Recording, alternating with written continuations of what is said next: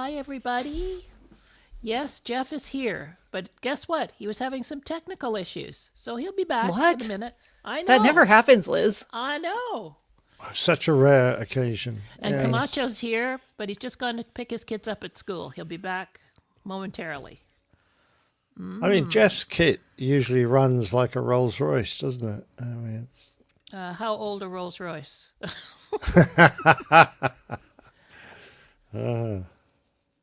that's a very good question. I can't answer that one. This coffee is not very good. Oh, no, where did you get it? Dunkin' Donuts? Work. Bunkin' Donuts. Hi, Sam Bolog. Work coffee. Oh, don't they have a decent Pretty sure machine? it's Dunkin'. No, I'm pretty sure it's like a Dunkin' Donuts Keurig. Because see, I every private medical place I've gone to, they always have these fancy coffee makers, and you get a nice receptionist comes up and say, "Would you like a coffee, Mr. Anderson?" Yeah, we have none of that. They just do that You have because none Nick's of such a that. charming guy. Oh, that's a shame. Actually, the best coffee at my office is on Tuesdays because one of the surgeons, I think he only exists on coffee. Oh, boy. So they make 1 to 2 pots a day just on his hallway, but they leave it on. And it's not like great coffee, but I actually kind of like it when it's a little burned. So I'll show up like midway through the day and take some of the slightly burnt coffee. Sort of like pizza crust when it's burned. Yeah, a little bit. Like it's not so burned that it's bad. It's just like enough to give it a little bit of extra roast flavor. Hi, AJ, and hi, Kevin S. Interns. I don't have any interns. See, I don't drink coffee, but I really like chai. So I have a Keurig just to make chai lattes. Nice. That's all I do on it, and I love it. It's all right. Oh, there you go. So Mikey's having technical issues. Surprise, surprise. So he's coming back. Yeah. Anyway, I've got a moustache. Look, a beard as well, but this bit up here, we call that a moustache. You do. But I saw it. your beard is your signature look there, Nick. We overlook the mustache Well, part. thanks. Although if the I, mustache was suddenly missing, we'd be like, Yeah. it's not quite right. Well, don't you No, remember? no. Don't you remember when he shaved it all off? I that do. time? I do. Remember shaved that? If it it off was in just the sections, mustache yes. missing with the beard both still. he and Jeff did at one point, and it was I know. pretty shocking. It's like, no, don't do that. No. Fair enough. I was trying to work out today a little bit of. I was obviously a bit bored. Why we say lieutenant and you guys say lieutenant. Good question. And I got all these because no one really knows, but they think it kind of comes down to Middle French, sort of Middle Ages French, and a weird spelling. And they think that the British picked up on a spelling of lieutenant where they put an F in there, which, it was. And they think that F came from the fact that it used to have a U, well, it did have a U in it, which some people wrote like a V, and a substitute for a V was an F. Anyway, somebody obviously brought Etymology. that Did it get all spelling effed up? to the UK. Did it get all and- effed up? Yeah, it did. It got all effed up. Okay. Well, we say lieutenant here in our armed forces and so forth. So I gather, yes. Well, it's one of the people said most of the colonial countries say lieutenant, except of course America, who would balk at that. Rebelled against the. Exactly, Yeah. right. Rebelled Hi. against How all are types ya? of cultural items that Britain brought across. So. Oh, Yeah. we We've can't gone hear back you, on a few Jeff. of 'em. That's we fine. can't hear you. No. Nope. Can't- Nope. No, Nope. nothing. Oh, this could be a short show, everybody. Might be postponed, but Yeah, it's interesting how we spell it. We've dropped the F and we've gone to the French way of spelling it. But then again, you guys are weird. We don't say a fillet of steak. We say a fillet because we're Fillet of English. fish, yeah. I So agree. when we say a French word in English, unless you're doing a bit of cultural appropriation, we say it the way an Englishman would say it. So it's a fillet of steak. It's not a fillet of steak. I've had this discussion with Jeff actually, and Yeah. oh, But I'll so just you send you say the- lieutenant. Yes. yeah, Yeah. because in olden days, in the Middle Ages, the spelling that came across and was currently used in the UK had an F in it. Oh, okay. Well, I It don't see got- the F anymore. It got all effed No, up, it Jeff. doesn't matter though, does it? Once we started pronouncing it that Apparently way, not. everyone carries on. Apparently And then not. it's kind of a point of pride, like, you know. Yeah, I mean, So if we're really we not that pronounced different every from the word that French. has weird spelling as it's spelled, English, French, same thing. it would be impossible. Well, they have 'cause all there are kinds so of- many silent letters, etc. So, Jeff, you're back. Is everything looking good? Do you want to I'm back. test some audio? Well, or no, I'm something? not quite ready. No, I'm still Okay. trying to do something in the background here. All right. I just wanted to see how it was going for you. I'm not trying to put any pressure on you. I'm just checking in on you. I know you're not trying to. Well, I just do. Exactly. Anyway, there's very complicated description of how it might have come about that we say I lieutenant. think I know in how the why you Oxford got English looking up Dictionary. that. I think I know. how I you know got- why. I saw the Yeah. there was Sam, some social. thanks to good old or, Sam. Yeah. There's an email. Yeah. Yes. Yeah, which is in the feedback. I put it in because we're talking. And I'll about be that reading it subject. cold if we do that one. Perfect. I think you can manage, Jeff. Yeah, I think I'm pretty good at cold read. I want to see all these barefoot Hi, Owen. and naked-breasted passengers, that, on Spirit Airlines. So you're going to be Naked booking on breasts and Spirit. buttocks. I don't. You and know what? other Honestly, you intimate don't. parts. You really don't. Oh, I don't know. It's not what you're picturing in your Oh mind. dear. Okay. High fashion, that kind of thing. No. Well, I mean, you see these ladies on the red carpet going in for their film show, Yeah, and that they're all is wearing not the see-through Spirit clothing. That is not Yeah. the So Spirit those Airlines. people aren't Yeah, flying yeah. Spirit Airlines. No, no. Get that out No. of your mind. Yeah. Hey, darling. that's- I've Wife's seen enough. gone to bed. I've got the dog. I've seen enough fist fights in the waiting area of Spirit Airlines to sort of know what it looks like. Anybody in the chat room watching the series Landman? Jeff and Nick and I have been watching Landman. Oh, Hello, sir. Oh, AJ's here.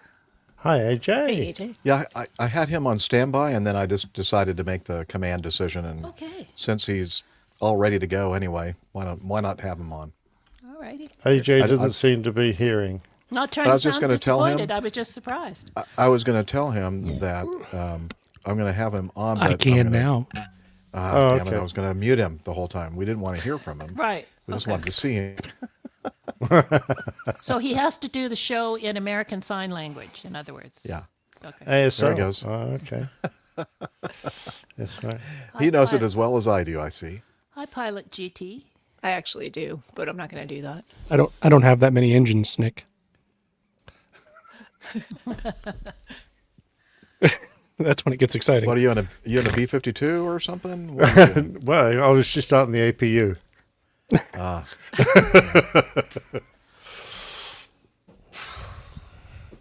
How did I manage to get balloons suddenly come up?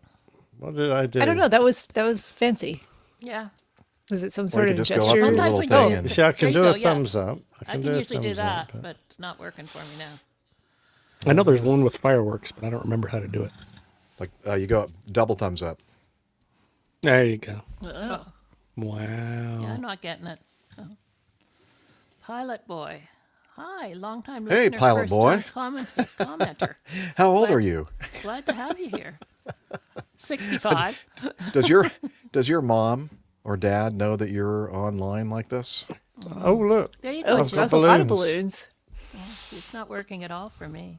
You Yeah, may have turned it's off a V your sign. reactions on the little thing at the top menu bar, Maybe. Oh, well. Probably just as Which well, is- quite frankly. which is what I try to remember to do, but apparently Oh, I like the odd. Yeah. How do you get tweeting birds around your head? Yeah, I remember you used to do that. Yeah. Oh, is that a strike master there, AJ? You got a picture of? That is an L-39 albatross that I got to fly very close to that very was it. large rocks. Oh, okay. That looks very nice and rocky. Here's what Tim Yeah. Van Ram says. To get balloons, put your lips together and blow. That's how to whistle. I've heard that song. Yeah. It's Put your all lips those- together oh, see, and blow. isn't that a line from a movie by Lauren Bacall saying it to Yeah, Humphrey but Bogart, I think? Oh, that's true, but I mean, it's in a song. It's in a song. You don't know how to whistle? Just put your lips UH together Blackhawk and says. blow. So, My mommy says I can listen till bedtime. good. Hey, I suppose you want to talk about your trip out to CA there, AJ. Sure. I can do that. Let's see. That means we're going to have some photos. I was just thinking the same thing. I was actually going to Great, text them you to. guys. Well, you know what, Liz? I love it when To people don't spare think you- ahead. To spare you, I can go ahead and do it in my instance. Well, it would be nice because then I don't have to shut down Keynote and Right. come back in and all that stuff. Is that a Skunk Works hat I see there, AJ? It is. Ah, thank you. Yes. I got to hang out with my Skunkworks buddies.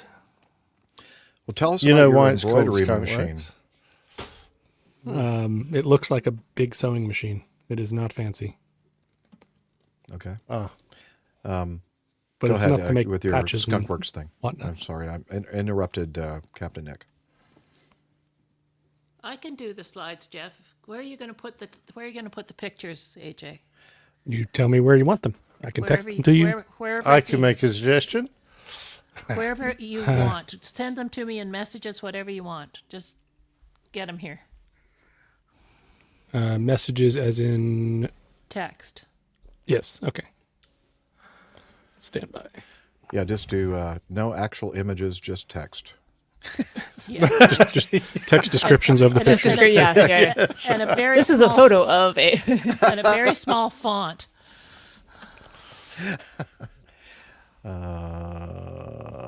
What am I doing? What am I doing? We don't. know You're about not going to be able to hear Unity, AJ, because we That's just don't okay. have enough slots for that. Oh, you guys just want to talk about me. That's fine. You can be no, honest. I was Trust me, we saying don't have that. time to Boy, do there's that. a lot of paranoia going around here today. Okay, why am I doing It's this? only paranoia if it's not only right. you I believe know. they're after I you. know. It's What if there really are people out to get you? true. Yeah, Exactly. exactly. That's not paranoia. Just yeah, No, just he's because you're back in the paranoid doesn't mean Atlanta they area, aren't out to get Metro you. Dock. Exactly. He left the sunny climes of Florida last weekend. Or Oh, just you're before talking to last the- weekend. Oh yeah, Chat room. no longer in Florida. Back up at Lake I don't think Lanier. he's ready for it yet, Tim, but have you got your recorder on, Jeff? Tim's asking. No, I don't even have the app open. Right. He's not ready. That's what I'm trying to do right now. Too I had to soon. restart everything. Too soon. Yeah, You okay to say that? I don't want that. Dang it. Are they coming, AJ? Yeah, I tried to send them and it said too many attachments, so I'm trying less. Well, do you want to just put them in Evernote? Do you have Evernote open? I have Evernote open, but I don't think I have that permission. Oh, okay. I think I'm edit only. Or Well, the other view thing only. is, do you have some kind of an app where you can open them up on your computer and then you can just share them using the present button in the bottom of the window that we're looking all in right now? We could try that too. Yeah, I mean, I can. It's picture viewer, but I think it'll do full screen on this Yeah, one if you're screen. doing picture viewer, you just do that thing that says present and then share screen, and then you can. Let me make sure to close all the inappropriate windows. Yeah. So can go back into Keynote again? Yeah. Okay. Thank you. A lot easier that way for us. I don't mind doing them. It's just a little bit of a rush at the end, that's all. Yeah. Is that working? Yeah, we just got to go put this onto the stage and then go ahead and advance them. And this way you can you can talk you and can control the pictures. at timing. same- Yahoo! Yeah. I don't have them in any particular order. I was not prepared. Ah, that's okay. We really okay. don't care. So then to remove that is you just go like, okay, just like that. Except that it looks like you took it completely out. You must have closed your viewer or something. Oh, I hit stop screen. That's okay. Is that not what I wanted to do? You can redo it when the time comes. Yeah, just hit present, share screen. Yeah, and then Yeah, you'll, it's and then pretty once you see the professional, little isn't it, Kevin? once you see the little video thumbnail, then you hover your mouse over it and add to stage, and then it pops up where it should. I never saw that. Okay, so you see where we all are on the bottom of the big screen down there, and you see Alpha Juliet and your it's grayed I'll out. be right back. Main Marin.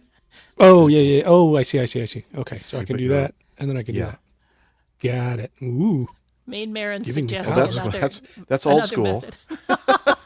I like it. But it might take a little bit longer to print the picture. I don't know. Sort if of you like even Bob Ross. We have happy little trees. That, We could draw. You could draw it all out. yeah, exactly. Okay, we're still. Nick Camacho was with us, but he has gone to run an errand. But he should be back any minute. So we'll just wait for him to return. Well, that's the case. I'm going to run upstairs real quick. Okay.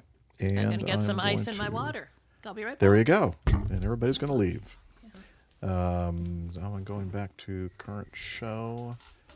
What is going on? I didn't mean to do that. Okay. Let me make sure that you I'm guys back. can hear. Okay. Welcome back. Welcome back. How are the volumes, by the way?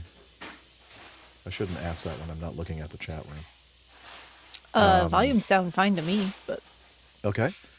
Audio levels even and acceptable. Thank you, Tim. oh, Not he sure already about the said he acceptable. anticipated all- your question. He was ready. Okay. And now I'm going to go to Reaper and find APG 649. Where is it? There we go. Okay, Opening that up. I'm back. And welcome back. Oh, thanks. Welcome back. And Here you go, Nick. You'll like these.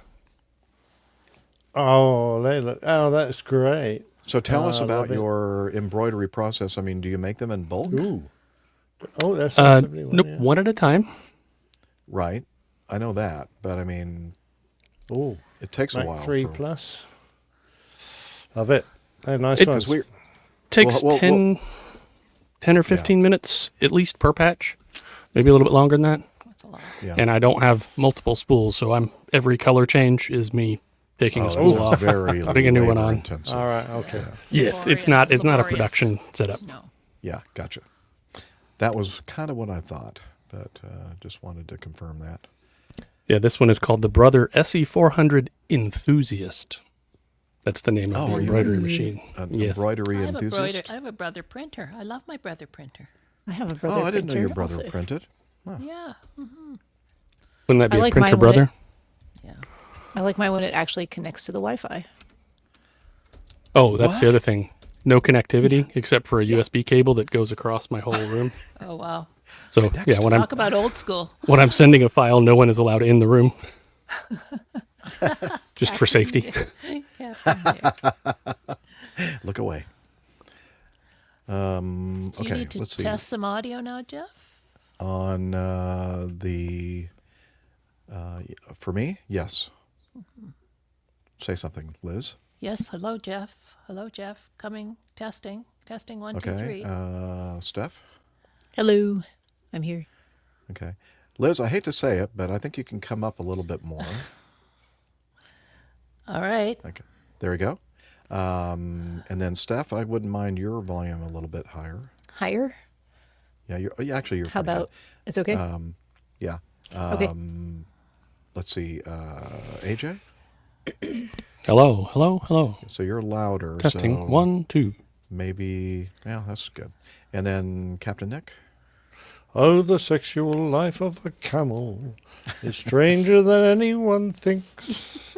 At the might of the mating season, he tries to bugger the Sphinx. But the Sphinx's posterior orifice is blocked by the sands of the Nile, which accounts for the hump on the camel and the Sphinx's inscrutable smile. You should have sung that during the one where the Wow. dog went up the pyramids. Oh yeah, well I was trying to think of it actually at the time. but- I got to work on my at-hand repertoire, apparently.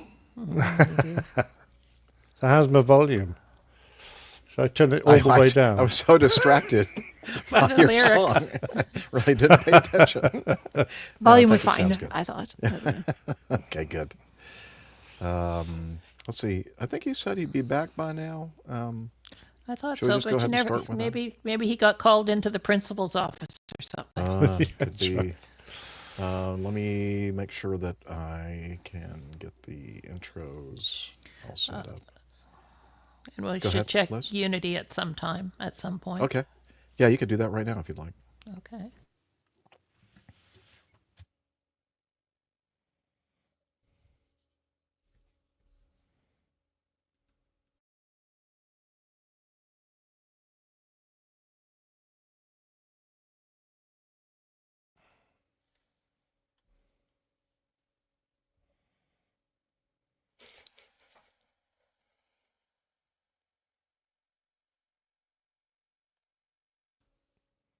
I'm back. Back in StreamYard. Mm-hmm. Yeah, back in StreamYard. There he is. There's Camacho. All right. We thought you got called into the principal's office. No. Did you get Although caught stealing it that obviously wine? reminds him of times past. Okay. Did you get caught trying to take that wine, Nick? No.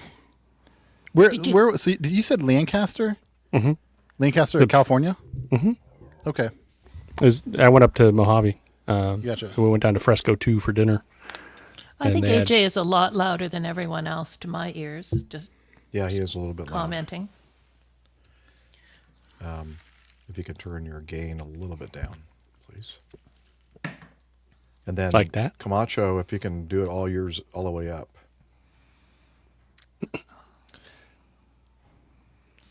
Not quite. We're missing one person, Pilot Boy, but he hasn't been on for a while. I am all the way up on Okay. my I just deal. said the actress to the bishop. So I just turned it up in StreamYard. No, the all bishop to way. the actress. Yeah, that's true. That helped a lot. And Okay. go ahead, AJ. Hello, hello, hello. That's How's good, that? I think. I think that's good. Let me present my Did you test Roger's audio? I have not yet. Shall we try it? Probably a hold- good thing. You're listening to the Airline Pilot Guy Show. Sounds Oh, that's View good. from our side of the cockpit door. perfect. Really? Excellent. Yeah. Wow. Yeah. That doesn't happen very often. No, No. it's good. Okay, wait. Let's make sure this isn't too loud. No. No, good.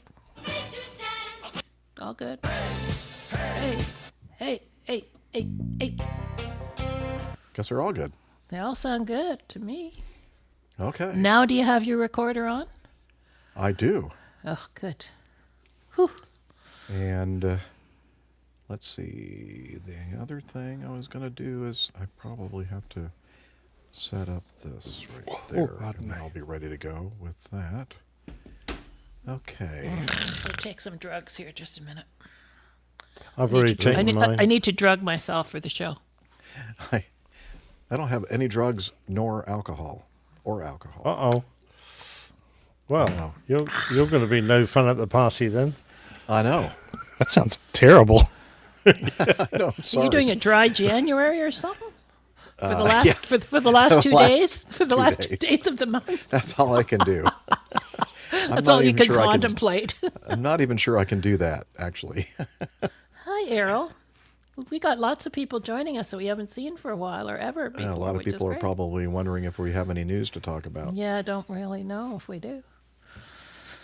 All right, I'm ready when you are, Jeffrey. Okay. Just take a deep breath, calm your nerves. Let me go to media assets and Oh, Pilot Boy. You can send that in to Jeff later, Pilot Boy, on feedback at airlinepilotguy.com. what is he going to send me? He's saying he only gets his podcast from Castbox, but it only shows up a week later. Any ideas? Well, it's usually What? Hi, I've Dave never even Lieb. heard of Castbox. Hi, Well, you Dave could always Lieb. get a decent podcast app. Roger. Hi, Roger. There's Roger live and in person. Hey, Roger. How you Oh, doing? and You're David. listening to the Airline Pilot. Oh, okay. Roger. Roger. Roger. Castbox. Yeah, I'm not sure I've even heard of that. Maybe they don't. Maybe it doesn't check its the podcast feeds very often. Sounds like it's a Castbox problem, not a APG problem. Yeah, because I think everywhere else, it shows up pretty quickly. I think. Great to see you, Roger. We were just hearing your voice a few minutes ago. Yeah. We haven't played the intro yet. We were just testing it, so.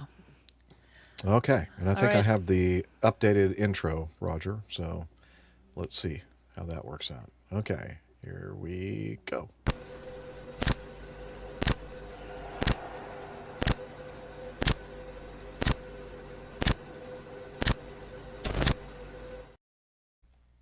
You're listening to the Airline Pilot Guy Show. The view from our side of the cockpit door. WAPG.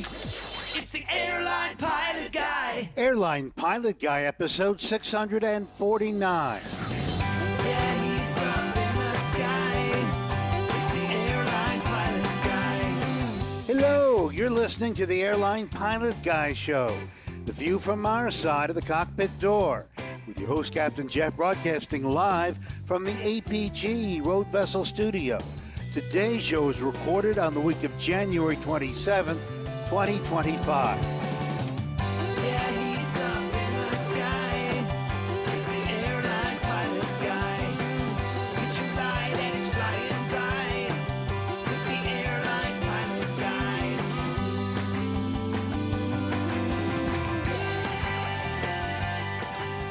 Guy. In today's episode, dozens perish when a commercial flight collides with an Army helicopter while approaching Reagan National Airport. Crash. This is Alert 3. Crash. Also ahead, more news, your feedback, and today's plane tale.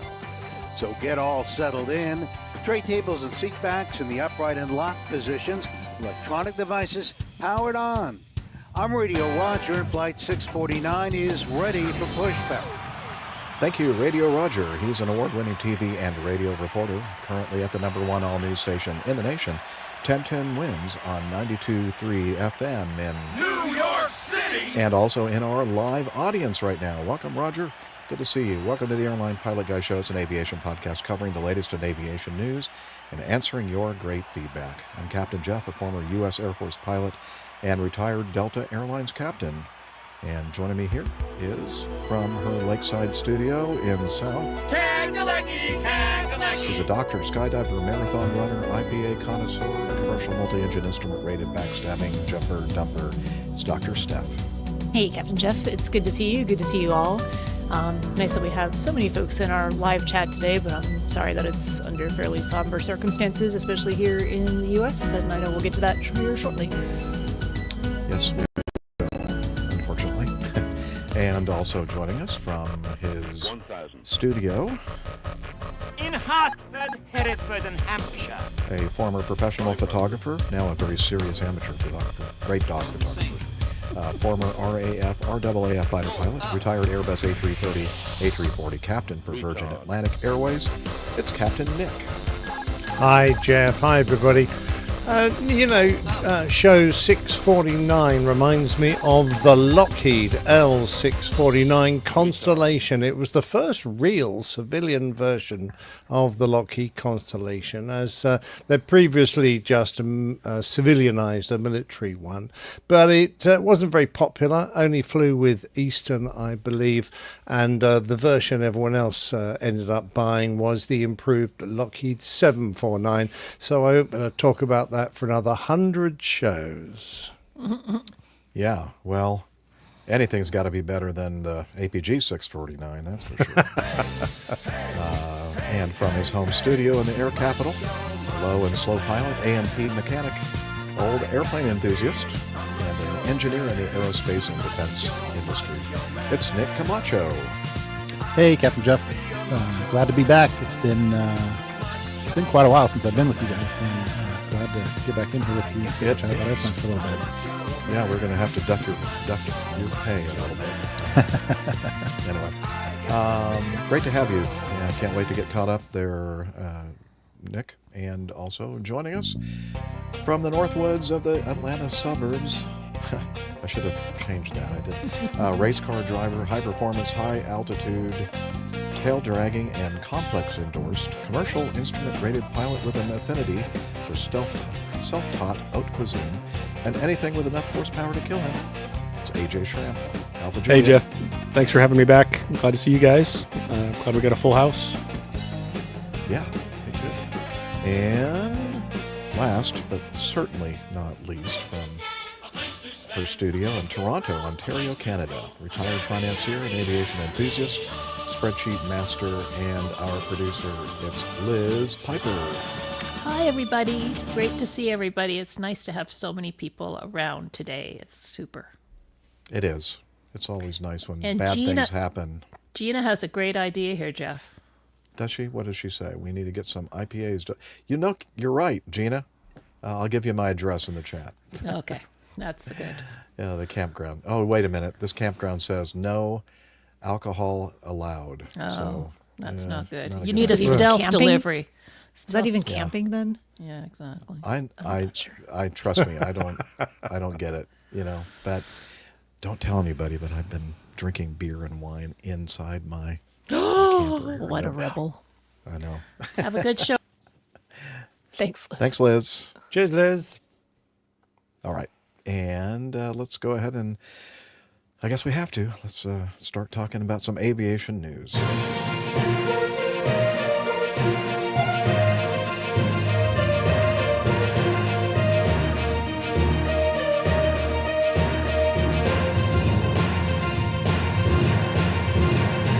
Stand by for news. All right. Well, as many of you probably know, there was a horrible accident last night. It kind of ended a long streak of no fatal accidents in the U.S. airspace. I guess the last one was 16 years ago. What was it called? Colgan? Yeah, Buffalo, New York. And anyway, last night a PSA Airlines Canadair CRJ 700 operating on behalf of American Airlines, registration November 709 Papa Sierra, performing flight 5342 from Wichita, Kansas to Washington National in D.C., District of Columbia, with 60 passengers and 4 crew, had been on approach to National's runway 1 and was asked by Tower whether they could land on runway 33, which the crew affirmed. The aircraft was subsequently cleared to land on runway 33. The aircraft was on final approach to 33, descending through about, now this says 200 feet AGL. I'm not sure there. I've seen some other sources that say a little bit higher, about 0.6 nautical miles before the runway threshold when the aircraft collided with a military Sikorsky UH-60 helicopter, call sign PAT-25. Both aircraft fell into the Potomac River at 20:46 local time. Here's a quote from the tower. From somebody on frequency. Tower, did you see that? And all subsequent approaches were instructed to go around. Departures were halted. About 4 hours later, no survivors have been recovered. And of course, this was some time ago, not quite 24 hours ago, is when this accident occurred. And we're recording it on Thursday, January 13th, and it's presently just a little bit after 5 o'clock Eastern time. They did start operations again at DCA around 11 o'clock or so this morning, and they're still in recovery efforts in the Potomac River right now. Let's see, Tower told aircraft waiting for departures that there had been a collision on final to runway 33 and the airfield was closed, and they should return to the apron and shut their engines down. Tower diverted several helicopters in the area following the crash. A massive rescue operation commenced with multiple helicopters over the crash site, and boats were on scene for search and rescue. Emergency services stated that due to the current temperatures, people would have only about 15 to 30 minutes until hypothermia set in, and about 30 to 90 minutes survival time. Emergency services reported they received an alert from the FAA tower about the crash at 20:48, and a state and federal response was initiated involving about 300 personnel. So on January 30th, which is when we're recording this show, I guess early this morning, local police reported that fatalities were confirmed and so far no survivors. And now we know many hours later that the rescue efforts have stopped and recovery efforts have been ongoing, and not sure how many of the deceased they have been able to recover from the cold waters, but they're still working on retrieving each and every deceased person. So eyewitnesses reported there were suddenly sparks in the sky, and the aircraft rolled beyond 90 degrees and belly up, possibly about 120 feet above the water, and plunged into the water. They could not see a helicopter. The FAA reported that a PSA Airlines regional jet collided midair with a Sikorsky H-60 helicopter. Okay, I think we already talked about this. NTSB has launched a GO team. I guess they didn't really have to go far. I think most of these GO teams are based in Washington, but I could be wrong about that. The U.S. Army reported that the Black Hawk UH-60 departed Belvoir, Virginia for a training mission. How would you say that in British, Captain Nick, since that's kind of a French name? Belvoir? I haven't found it in your text, so I can't see how it's spelled. Belvoir. Bellivoire. How's that? That's good. Yeah, that was in reference to a discussion we were having before we started recording. It's a little inside baseball. Anyway, they said that they were on a training mission, and that was involved in the midair collision. According to preliminary information, there were 3 people on board the helicopter. And since this was written by Simon on the Aviation Herald, we've been receiving a lot more information. Again, the UH-60 Black Hawk helicopter, I think they call it a Gold Top, is part of an outfit. What is it called? The 12th Brigade VIP Transport that transport VIPs in and around Washington, D.C. area. And, of course, the UH-60 is used for all kinds of roles, but that's what this particular squadron used that helo for. And they were on a training mission, but the people and just to kind of give you some information about military, the way they kind of designate things, if it's not an active VIP mission, then when they're flying around doing other things and maintaining their currency and that kind of thing, recency, currency, evaluations, that sort of thing, they'll just designate the flight as a training flight, which does not mean that one of the people or several people in the helicopter were extremely low experienced people. In fact, the personnel aboard the helicopter were not inexperienced at all. And in fact, I think the instructor was like over 1,000 hours, I believe, on the aircraft, which is pretty significant in a helicopter. So there was some indication that they were on some kind of evaluation for night recency and night proficiency, which includes at some point in the mission the use of night vision goggles, although they're not sure whether or not the night vision goggles were in use at the time of the midair collision. So that's one of those things that the investigators will be looking into to see if that maybe contributed to the incident. So why don't we look at some video? And of course, I'm sure many of you have watched this video several times. This came from a security camera located on the other side of the Potomac. I think somewhere up near the Washington Mall, not the shopping mall, but where all the monuments and stuff are. And let me go ahead and hit play here.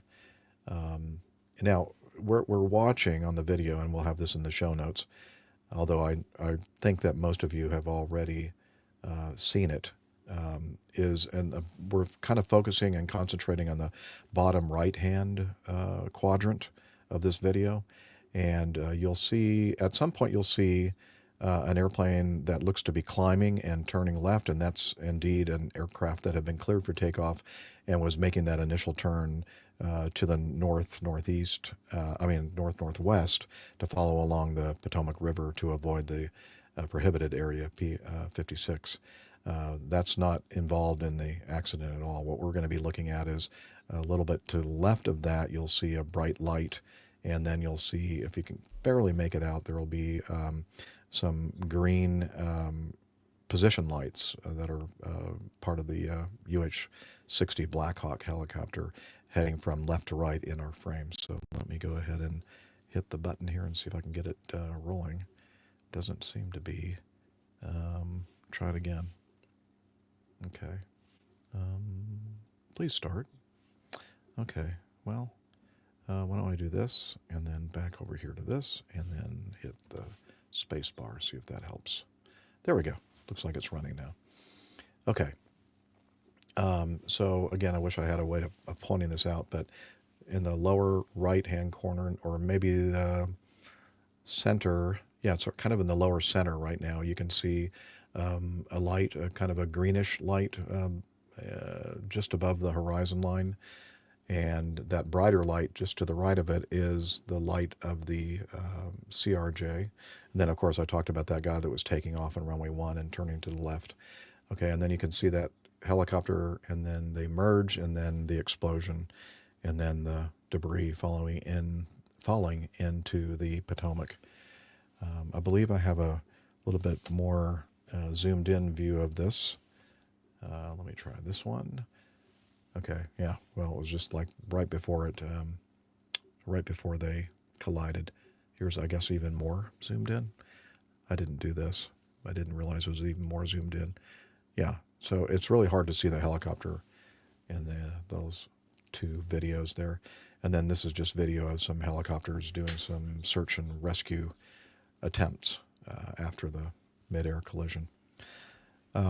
This next thing I'm going to show is some simulated radar reconstruction of what happened here using some of the, I'm not sure which app they used for this, but it shows the UH-60 Black Hawk helicopter, PAT 25, which I think I heard somewhere on the news, they said that PAT stands for Priority Air Transport.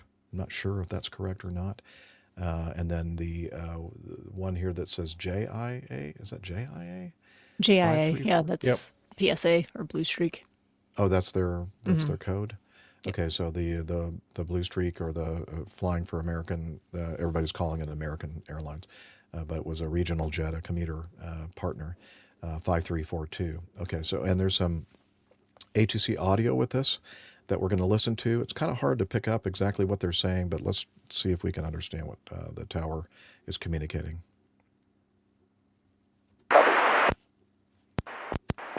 At 25, CRJ in flight. At 25, pass is CRJ. This club has a aircraft in flight precision separation. Okay, pass beyond the RJ.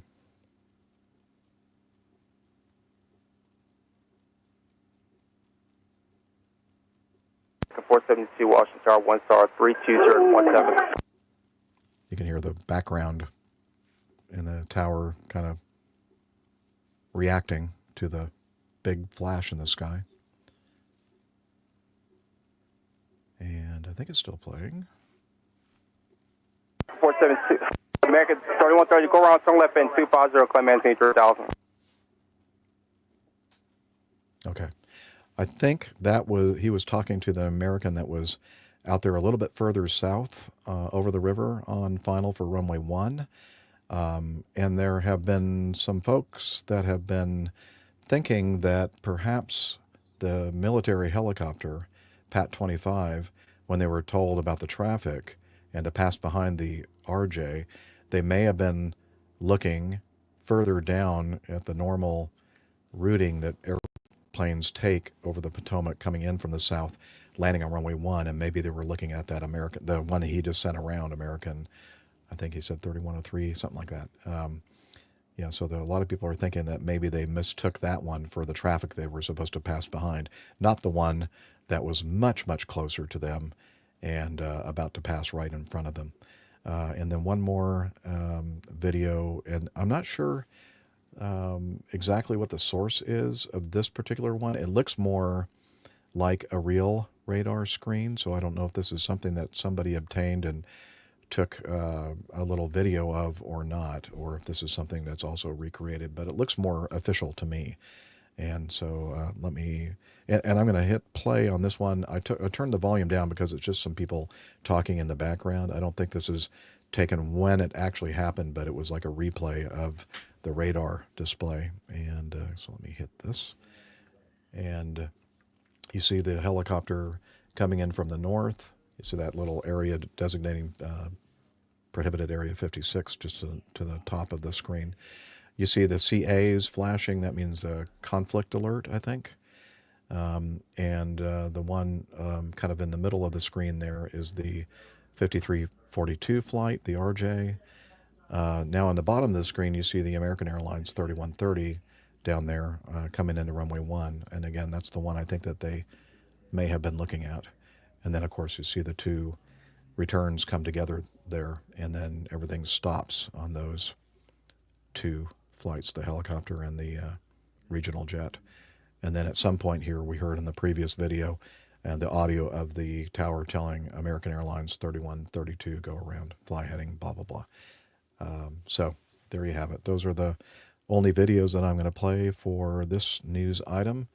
Again, they're all in the show notes. We're really trying to cut down on playing video because we realize that most of the people that listen to our show, more than 90% of you listen to the audio-only podcast. So we're trying to be better about not playing or relying too much on what we're looking at when we're recording the show. Okay, UH Blackhawk in our live audience says PAT does equal priority air transport, military, VIP. Okay, good. Wow. Okay, so I've been yakking for the last 10, 15 minutes. It's now time to hear some thoughts from some other hosts here.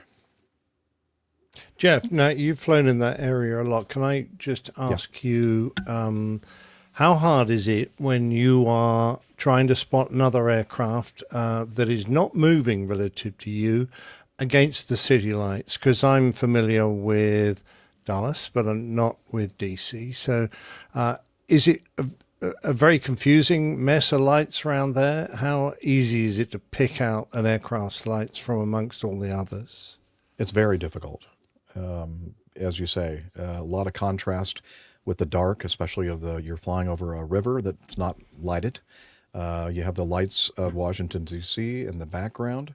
And so you have all these lights everywhere, and it's very, very difficult to pick things out when you're flying in there.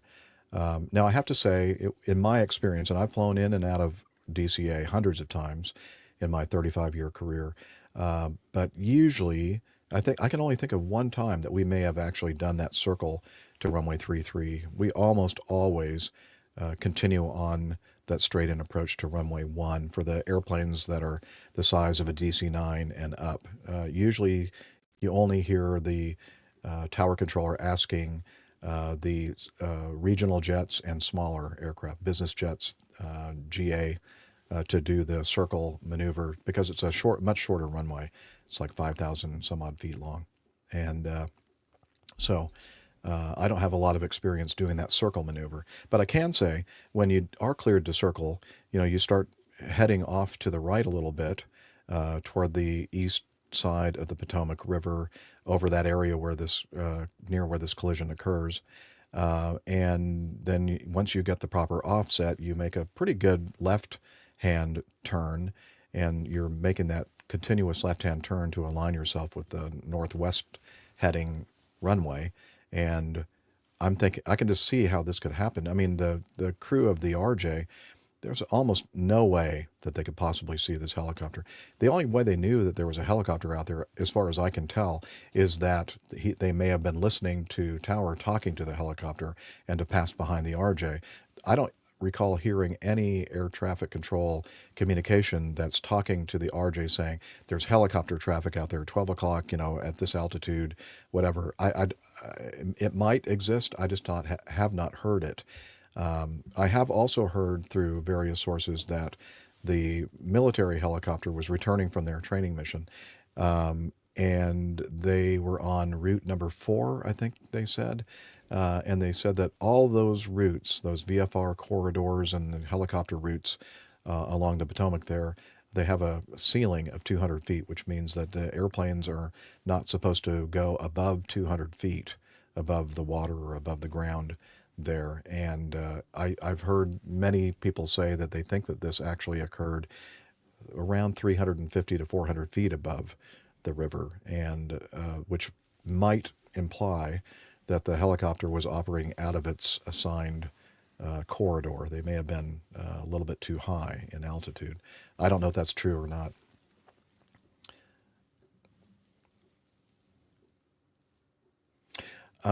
That is a good question, Craig. I'm wondering the same thing. It's usually when you're called out traffic, you'll say, as I just kind of did in my little example, traffic 12 o'clock, 200 feet below, or traffic, or, moving from left to right or whatever. There's usually some indication of where just to help you look, because, you have a lot of things to look at. If they can kind of direct you to a clock position for your eyeballs to kind of head over that way and look for the traffic. And then if you know the altitude, either relative altitude to where you are or absolute altitude, you'll know how how to shift your gaze. You're going to look below where you are. You're going to look at the same altitude. You're going to look above where you are, so you can have a better chance of finding the traffic that's being called out to you. Go ahead. Was there something else, Liz, that I was supposed to be reading? Okay. No. So the reason I asked that question, Jeff, was really to try and paint the picture from people who spend their time standing on the ground looking up at aircraft at night. And of course, against the black sky, all those lights, flashing lights, strobes, are very easy to see. Now, when you intermingle them with the city lights, they can merge and mix in with them very easily, and particularly if you're on a collision path. This is something a lot of people don't realize, but when you're going to hit something, it remains stationary relative to you right up to and including the collision.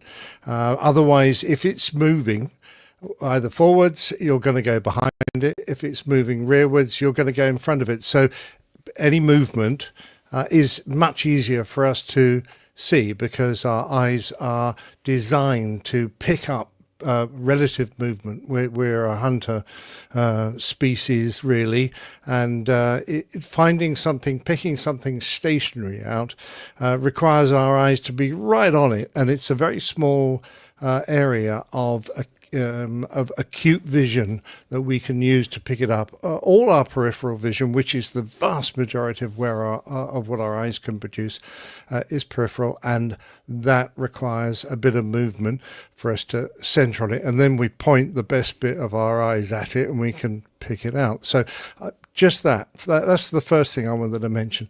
The second is from the airliner's point of view. Of course, they're in a left-hand turn. These guys are coming from our right, as you quite rightly mentioned. They're going to be belly up to them, or certainly have a little bit of bank on until they're completely on the center line and rolled out. And of course, they started off above them, so they'd be looking down at them, which is harder. Again, you've got to look over the sill of the aircraft to see it. And what's more, everyone's concentrating on the line up. You're flying the finals turn. You're trying to line the airplane up. So certainly the pilot flying isn't looking out over his right, quadrant. He's looking ahead. And I bet your bottom dollar the pilot monitoring is doing something similar. Just perhaps go on to TCAS. Now, I don't know what equipment was fitted to the Black Hawk. At low altitudes, the TCAS won't give you a maneuver. It won't alarm you and give you a maneuver to fly, because you're going to be coming up towards aircraft parked on the ground, and it will eventually cut out at some point on the approach. Don't ask me what the heights are. I can no longer remember. But you still... That sounds about right. But you still get a symbol. Both aircraft, if they've got TCAS, will get a symbol indicating that there is an aircraft there. So, were they looking at their TCASs? Were they easy for them to see? Well, I doubt it, because they're really in a visual environment, and the pilot flying's making an occasional reference down to his instruments for his height and speed, but not necessarily looking at his TCAS. And the helicopter pilot, they've got 3 pilots on board. They may all be looking out for the aircraft and trying to decide where it is and can they find it. The aircraft they've been warned of. And I think you're quite right. It's possible that they all latched onto the aircraft that's probably easier to see. The one that's on finals, they can probably catch its landing lights better. And it's maybe that they all transferred onto that. No one's looking at the TCAS to see if it's a closer aircraft. The air trafficker hasn't given many clues as to where to look. So, it's possible. So. Okay, Blackhawk in our live audience says if H-60 crews were using NVGs, which are night vision goggles, might have been tough to see the CRJ. H-60, no TCAS. Okay, no TCAS in the H-60. But that was another point that I was going to make. Thank you, Blackhawk, that they said in this night evaluation mission that they were on this training/evaluation mission, part of that is using night vision goggles. Now, we're not sure. Hopefully we'll find out in the investigation whether or not they were in use at the time. But even if one of them or all of them, I don't know if all of you would wear night vision goggles, or maybe just the 2 that were up in the front in the control positions wearing them. I understand. I've never experienced flying or even putting on night vision goggles, so I'm not sure exactly how good, bad, difficult to see traffic at night is. I was talking with Captain Nick about it. He has a little experience with some, like the Gen 1 version of these things, and I suppose that that definitely could be a factor in this, being able to pick out traffic. Yeah, the light again. They're very sensitive NVGs, and they're designed to work in low light situations. That's actually not the situation here. They've actually got light coming from everywhere. Some of it very bright, including aircraft strobes and things. So that can cause blooming or blossoming of the detectors that show up. So it can be.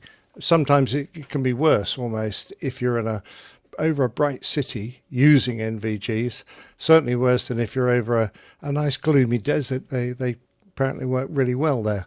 But no, it can be, they can be hard. But it's, you can flip them up and look underneath them. You don't have to have them in front of your face all the time. So you can scan using your naked eye, or you can use enhanced vision, but I don't know how good they would be in this environment. Another thing that people... Go ahead. Blackhawk says all of the crew use them.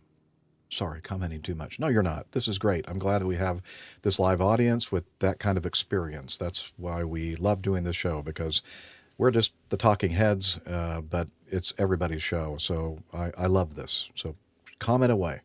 It doesn't necessarily mean that we'll highlight it or mention it, but we do read it. Thank you very much.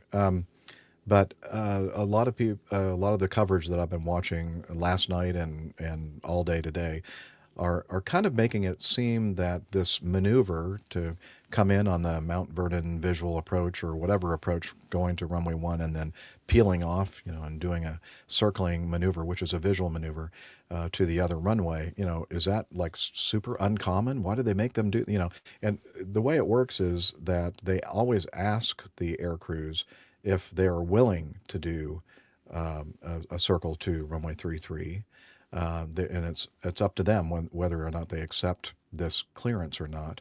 Secondly, The reason why they ask airplanes to do that, again, the regional jets and smaller aircraft usually, is because that really helps expedite and make the airport much more efficient, because they have several times they have airplanes that are waiting for takeoff on runway 1. That's the only runway they can use for that particular takeoff and performance data.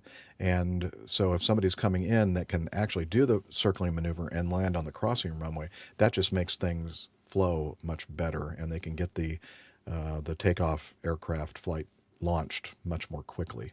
And so that's the reason why they do this maneuver. Again, I may have done it once, or I don't recall if I've ever done it any more than that. We have weight restrictions in our special pages that say if you're below this weight, then you can go ahead and land on this particular runway. So it's not that common for the bigger airplanes.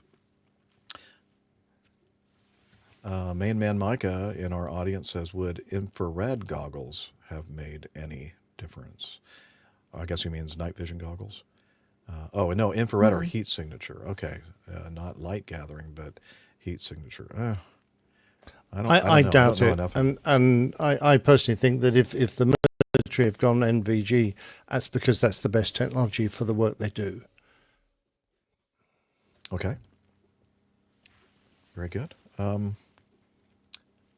Anybody else have any thoughts about this? So I was actually thinking about this all day today, and so first of all, I mean, PSA has a huge Charlotte base, so I have lots of friends, colleagues who are either previous employees of PSA, flown for them, or currently do, so my heart 100% goes out to them. I don't know anyone directly affected, but I'm sure one of them do, so... But my thoughts were kind of the same as what Nick brought up earlier. I was thinking all day today, most of the, I think, social media commentary, I really haven't watched the news, I've been at work all day, but has been, gosh, you have this helicopter that's flying along on this approach path. How could they not see this regional jet that was so close to them? But Nick said 100% right. It's so hard to pick out another aircraft in that situation. And this is something that I do in my flying job pretty much all the time I'm flying. So my job is being on the lookout for things that are going to be in the airspace for my jumpers, trying to visually identify the aircraft. A lot of times I have information on where that traffic is going to be. And this is all daytime, by the way. This isn't even nighttime. And sometimes it's still hard to pick out traffic. It can be a clear blue day. And if you don't have a lot of, basically a lot of contrast for what you're looking for, it can still be really tricky to see. I always find it more, or I should say less challenging to pick out aircraft either above or below my position. You're not looking at them from a profile view at that point. You have more of the surface area to latch onto. And especially if they're not moving in the same direction as you. So, yeah, I just think it was one of those instances where they were not in a favorable position to be able to easily see that other aircraft. And, yeah, very possible they saw the wrong one, identified the wrong one. Yep. What do you think, Camacho? Any thoughts? No, I also agree mostly with what everyone's saying. It's the comment that Nick made I thought was important is like understanding the background, and thinking about where that helicopter is relative to the CRJ. If he, and we don't know all the details, but if he's 200 or 300 feet below the CRJ and he's looking at the CRJ against the sky, that makes just such a difference in ability to recognize him versus him being up, and it's a fairly large cityscape behind him with lots of lights and other airplanes. So that's, and then there's also been a lot of discussion on the internet about Reagan and just the flow, like the traffic flow with Reagan and the airspace. So I'm sure that'll get reassessed in terms of how many airplanes are going in and out of there, as well as like how the other traffic in that airspace interacts with their patterns. Yeah, and it's just, it's one of those things where we've solved we've like walked down the path of aviation and solved so many problems that this happened. And I had a couple of friends asking me, like why there wasn't like how ADSB was involved or how TCAS was involved. And it's like we have all these solutions to almost the problem, but then we get in another another corner of the operational envelope, basically, where it's like ADSB is an awesome capability that we have, but it's still not super relevant when you're really close to the ground and getting close to landing. TCAS, as a couple of people mentioned, it's really useful, but it's inhibited when you get close to the ground because of just the way it operates and the way it interacts with other airplanes close to you. So I think it's one of those. It's just a unfortunate lining up of the effects that will probably result in a new technology or a new method to how we manage traffic close to the airport like that. Yeah, I wonder if, some version of TCAS 2.0, 3.0, what the next, iteration of that is, that might have more protections for low-level traffic alerts built in a way that's not intrusive or, that's the whole reason why it's inhibited now, so that you're not getting all these warnings from, when you get into a more congested environment appropriately. But gosh, even at 400 feet, if there's someone on a collision course with me, I'm going to do everything I can to safely avoid that if I know about it. If you don't know about it, you don't know what the threat is, then you find yourself in this situation. And UH Blackhawk mentioned that many military aircraft don't have ADSB, which I think that's what I heard from a couple of people today also. But also, ADSB has its limitations, especially in the way most people use it. Obviously, congested airspace is not always as effective in congested airspace. And I think a perfect example of that is if anybody's ever flown into Oshkosh.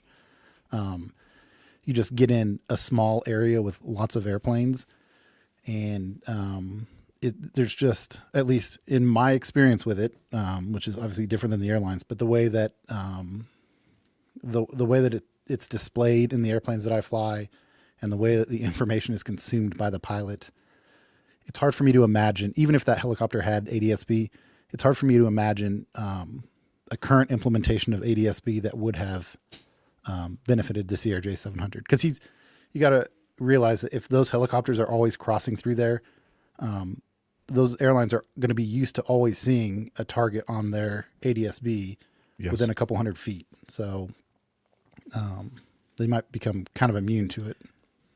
Honestly, when you're flying an airliner and you're flying these speeds and you're maneuvering at below 1,000 feet, this is all visual environment. I mean, it's nice to have the bells and whistles and the screens and everything else, but honestly, you shouldn't be inside looking at the instrument, other than cross-checking your airspeed and that sort of thing.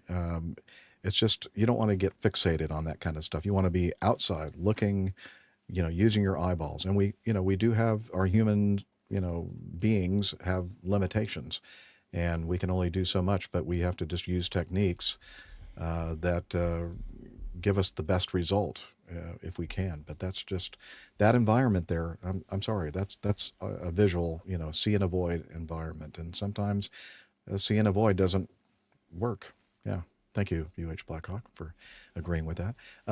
Peter Tarantelli asked, if the CRJ was in a left bank to line up with runway 33, would there be any lights or beacons on the belly of the CRJ for the helo to spot? And yes, I think that there would be at least one red rotating beacon on the bottom, maybe more. But other than that, no, I don't believe so. I don't think there would be any other kind of lighting to help you. No, he'd have his landing lights on, but if the angle is what we can see on that ADSB trace, they would no longer be pointing at the helicopter. They would be pointing ahead of him. And you can see the nav lights. They're very, dim in comparison with strobes. And they usually, I guess they might have wingtip strobes on a CRJ, I don't know. But they're pretty all round. So, but, you know, there are flashing lights everywhere in a city. You know, cars, headlights, you know. So And it's honestly, tough.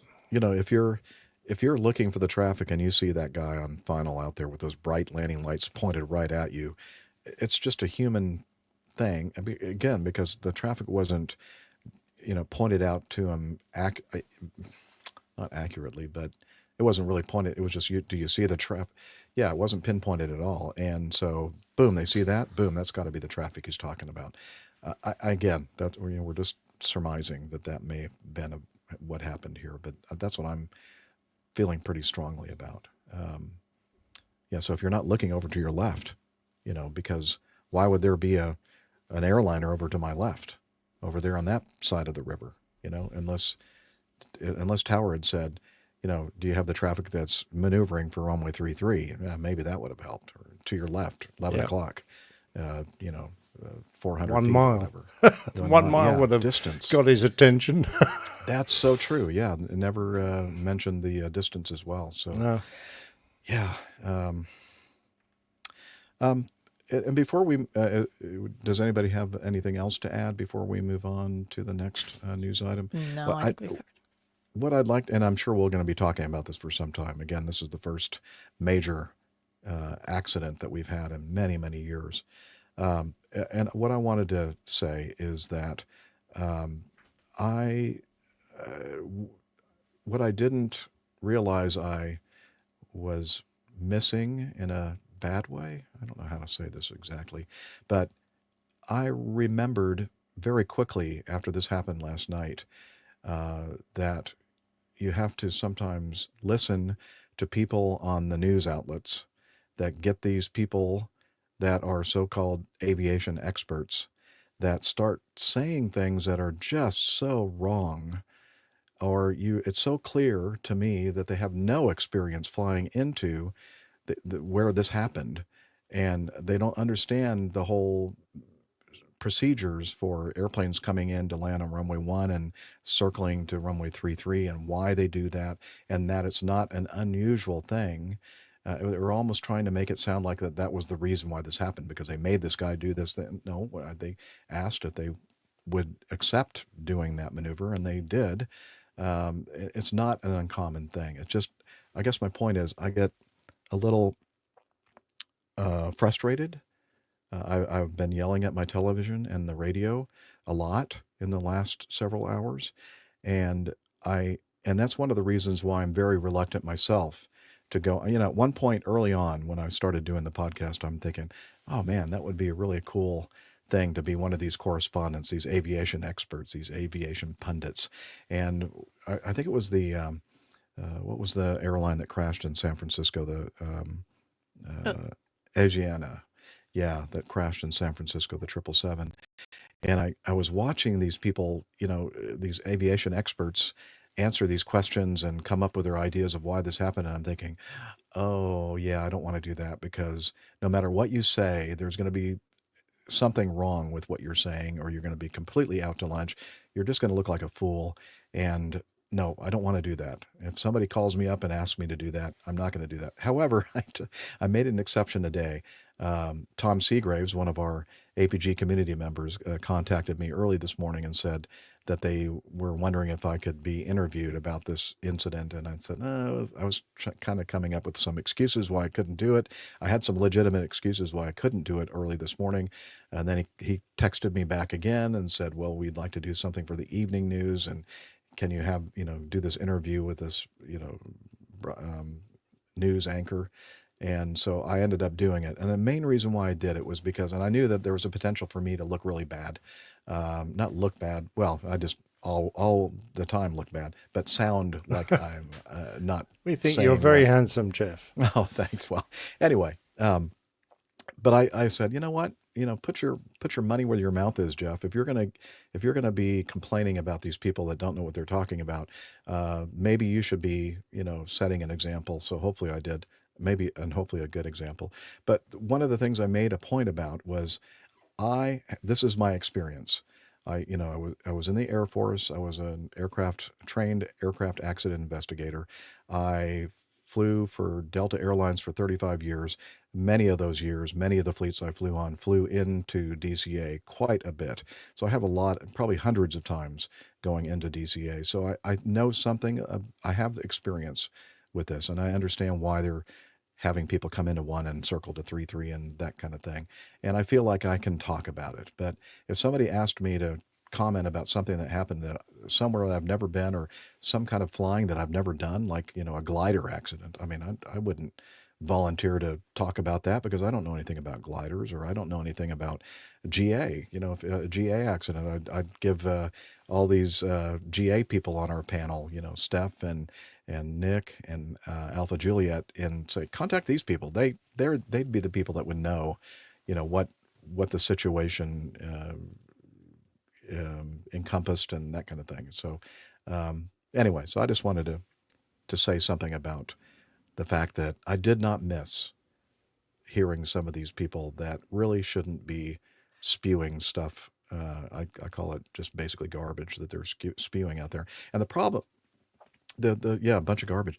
The problem is that these newscasters, these journalists out there, they don't know whether or not you know what you're talking about or not. And then the public they're hearing this and they're calling this person an aviation expert, and they're going, oh, they know what they're talking about, when they really don't. And, we've talked about this before on the show, where if they start talking about something to do with medicine or surgery and that kind of thing, I go, oh, really? I didn't know. And then Dr. Steph would say, no, that they're not even close to being correct about that, but I wouldn't know because I don't know anything about that. So anyway, I get a little frustrated when it comes to stuff that I do know stuff about. Yeah. Well, I think also you're humble enough to say when you don't know the answer to a question, just instead of just making something up. I feel like I've heard a lot of that. And it also, I think all of us, if we say something that we believe to be correct with some reasonable level of certainty, and it later comes out that it's not, we're going to make that correction too. So I don't think we're ever so sure about things until we know for sure. Yeah, I don't know if this is going to make it on the interview with the Columbia Channel 17 News in Columbia, Missouri tonight. But, there's a lot of stuff that we went back and forth on. And I tried to make the point that what you just said, Steph, the podcast that I do, or that we do together, we try to make a point of the fact that, yes, we have a lot of experience in various areas, but sometimes we don't really know for sure. And we talk a lot about accidents and that kind of thing. And we try to make it clear that this is what we think, but we might be wrong about that. And that's why we engage our live chat room and our live and our listeners, are part of our APG community, to correct us if we get something wrong, because it's important. We have to be right about these things. And if we say something that's not right, then we need to correct it, because you just have to be able to, I guess my point is, if you're out there and they know that you're someone that has a private certificate or a commercial instrument certificate, and they want you to be on the news, think about checking your ego and asking yourself the question, do I really want to be the expert on this particular accident or incident? Do I really know enough about it? Or should I say, no, you should probably look for somebody that does have a little bit more experience or knowledge with this particular type of flying. And I know it's hard for us, especially pilots. One of our characteristics is we have a lot of self-confidence. And sometimes, there's a fine line, and you have to sometimes just go, as much as I'd like to be the person that everybody goes to for the truth and the information about something, you just got to sometimes just check your ego and say, you know what, I might not be the right person for this. Yeah. And that's why I'm stopping doing this podcast, because I just realized that, I don't know what I'm talking about.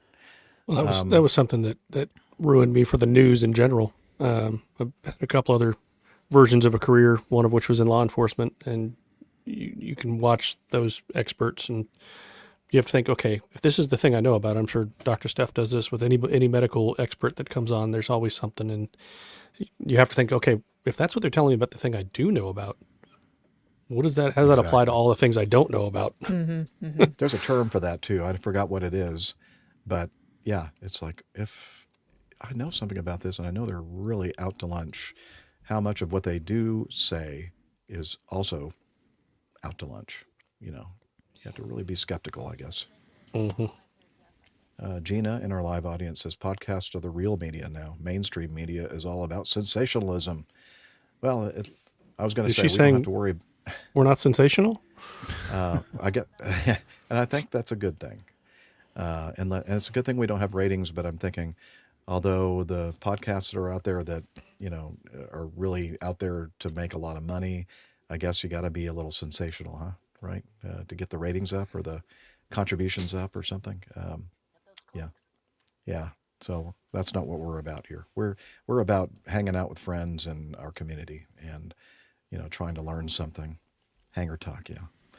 Okay, well, that one news item took up almost our entire news segment. Should we talk about the A321 that caught fire there? Okay, Air Busan. Okay, I'm gonna go ahead and play this video, but it's just gonna run in the background while I talk about the preliminary report on this. I'm sorry, it's not a preliminary report. It's the next one down. Okay, let me get that going here. Okay. All right, an Air Busan Airbus A321-200 registration Hotel Lima 7763 performing flight 391 from Busan, South Korea to Hong Kong with 169 passengers and 6 crew and 1 maintenance engineer was preparing for departure when a fire broke out in the back of the cabin. The aircraft was evacuated via slides, resulting in 4 minor injuries. The fire was extinguished about 75 minutes later. However, the fire had already broken through the crown of the aircraft. The aircraft was destroyed. South Korea's Ministry of Transport reported emergency services were doing everything they could to save the A321-200. The exact cause of the fire is being investigated. Okay, so you get the idea there with the video here of the people doing an emergency evacuation and the smoke emanating from the last tail area of the aircraft. And Liz has some photos to show us. There's one of the thing. Clearly, we're not using this airplane again. Well, not the top half. Not Bottom half looks fine. Oh, can you do that? Oh, my. Yeah, too soon, Liz. Yeah. But, wow. Now, there was something that we saw in the media, some kind of a social media post that was showing an overhead bin somewhere in the back of the aircraft where it looked like some smoke and possibly fire was coming from. And that kind of just points to perhaps maybe somebody's knockoff battery charger or knockoff phone or something that wasn't functioning properly using lithium batteries may have caught on fire, overheated, whatever, and that may have been what destroyed this beautiful airplane. Yeah, it just shows how quickly it happens and why you have to be very disciplined to get one of those evacuations done in the appropriate time. And looks like they did a great job. I didn't see an awful lot of luggage, some pretty big handbags. But no, I hats off to the crew. I didn't see many people, if any, coming out of that rear slide where the fire initiated. So looks like the crew would have got the door open and the slide deployed, but I don't think they were necessarily using it as an option. I suspect the smoke and the fire in the back of the aircraft was probably too much. So I'm glad everyone got out. Yeah, for sure. And this occurred before the flight departed, correct? Yes. So very lucky that happened on the ground and not in the air. Very, very good. Oh, we had a hat box, a fire in one of the boxes on aircraft out of Johannesburg on its way to London, and the cabin crew used 9 hand extinguishers with the halon ones, so they're very effective into that particular area to extinguish it. So that was a significant thing, but they got it out so that the aircraft was fine. But and so were the passengers, which was great. But no, sometimes these things are very hard to put out. That's for sure. Yeah, that is for sure. Okay. All right. It's time already for us to get to know us. The time of the show where we kind of figure out what everybody's been up to between shows. And let's see. I really don't have much to talk about, so I'll go first. Yep, just been in the campground. Was I in the campground when we recorded last? Yeah, I was in Florida when we recorded last, wasn't I? In Lakeland. Oh, okay, yeah. So I hit the road on Friday and drove back to Atlanta. Stopped in where did I stop? Like Warner Robins. Thank you. Just shy of the Macon, Georgia area overnight. Stayed in a hotel. I winterized the Road Vessel studio and headed back up to Atlanta. Stayed in a hotel Saturday and Sunday night. Did my normal singing on the weekend, and then Monday is when I checked in to one of my favorite campgrounds on Lake Lanier, and I've been here since then. And yeah, sung in a couple of funerals this week already, and my choir director is very happy that I'm back. Yeah, so it's good. It's good to be around people that miss you and love you and that kind of thing. So and that's why I love you guys. Well, yeah, not like you guys, not quite the same. Not like. I know. That's true. That's true. I'm not away from you guys. You're always with me, and I with you. So anyway, no, I want it for sure. Yeah, so that's really all I have. So who wants to talk next? Camacho. Yeah, where you been? Yeah, I've been doing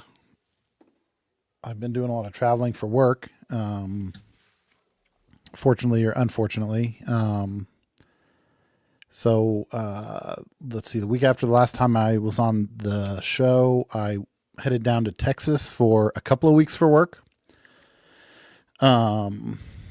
We got about 6 inches of snow in Wichita on Sunday, and I was leaving for Texas on Wednesday. So I thought, oh man, this will be awesome to get away from all this horrible snow and weather and everything. And so I left from Wichita on Wednesday and headed down to a North Texas area that was expected to get 6 to 10 inches of snow the following day. So that was awesome. I sent Liz a couple of pictures, but we did end up getting about 8 or 8.5 inches of snow in the area that I was at. Which turned the airport that I was working at. So here's my entry into, and this may shock people, but Texas not quite as well equipped for the snow as Kansas. So it temporarily turned the airport into a tail dragger mecca, as you can see. Yeah, absolutely brilliant. What's that on just that? the Just the weight of Just snow the weight of the on the snow. back Yeah, of the airplane? the weight of the snow. They didn't realize you're supposed to unbelievable. brush that off a Airplane. little bit, and that won't happen. It's airplane tipping. It's this winter sport in Like Texas. cow tipping? Yeah, like cow tipping. Yep. Excellent. So yeah, I was down in Texas for about a week, and then, or I was in North Texas for about a week, and then moved further south. Fortunately, got away from all the snow. Went down to the Gulf Coast. It was still chilly, but here's our approach. Yep, into Galveston. I got to the beach for about 15 minutes. We got our work thing up and running, and we thought we were going to have like an hour and a half to go to lunch. Everything went very well. So about 10 minutes after we got to the lunch place that we found, which is on that pier you can see on the right side, we looked at our phones and we're like, oh man, we need to be back at the airport in about 20 minutes. So we had to forego lunch and didn't spend any time out there, but got to see the water for about 10 or 15 minutes and then headed back. But then, and then this is heading home from, or heading back from Galveston to North Texas. So got some really amazing sunsets despite the weather while we were out there, but had a hectic couple of weeks, but fun, exciting, I guess, which is a plus. And then came home to a wind tunnel test last week in Wichita. So even though I was home last week, I was unable to join because I was predisposed at the lab at Wichita State. But got through all that and now feel like I am getting close to getting my head back above water here around the house. So, yeah. Wait, we're not going to talk about football? And the Chiefs are back in. I didn't really want to bring it up because it's man, everyone hates us. That's us being like the Chiefs fan. They hate the Chiefs, I guess, not the Chiefs fans, but yeah. Boy, if you if you follow any level of football reporting on the internet, the officiating cabal associated with the Chiefs' success is like reaching levels of the Kennedy assassination and that sort of thing. Conspiracy theories, huh? Yeah. So.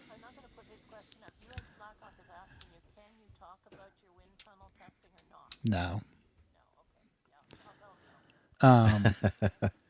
Yeah. Yeah. You can't talk about that. Yeah. So, well, he can, but we'd have to shoot him. Right. Yeah. Somebody would. Yeah, Tim Van Ram, Fly Eagles Fly. Yeah. So the Chiefs have won. I don't even remember if the playoffs have started since I was on last. The Chiefs won handily in the first round against Houston. I say handily because I think it was a 10-point game or something, a 12-point game. And then had a very close game against the Buffalo Bills, home team of one APG executive producer, who doesn't really care about football, I don't think. Our APG librarian, yeah. Oh, yeah. Is so, yeah. Not very happy. The quick backstory is the Chiefs have a really good quarterback, and the Bills have a really good quarterback, and they've both been in the league about the same amount of time. The Bills quarterback's been around for a year longer, and the Bills have been a really, really good football team for like the last 5 or 6 years. And the Chiefs, and the Chiefs have also been a very good football team. They've played each other 8 times in the last either 5 or 6 years, and they're 4-4. And the Bills have won every single regular season game, and the Chiefs have won every single postseason game. So there's a lot of unfair, I feel like a lot of unfair scrutiny on the Bills and the Bills quarterback. But it's obviously it's fun from our viewpoint over here.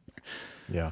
So, you almost wish probably that maybe they won't have such a great season next year, and then we can all get excited about them, beating everybody the following year. So people, what I tell a lot of people, what I tell a lot of my friends who are sports fans in other locales is that, I was born in 1986, and I didn't see a winning season from the Royals, our baseball team, until 2013.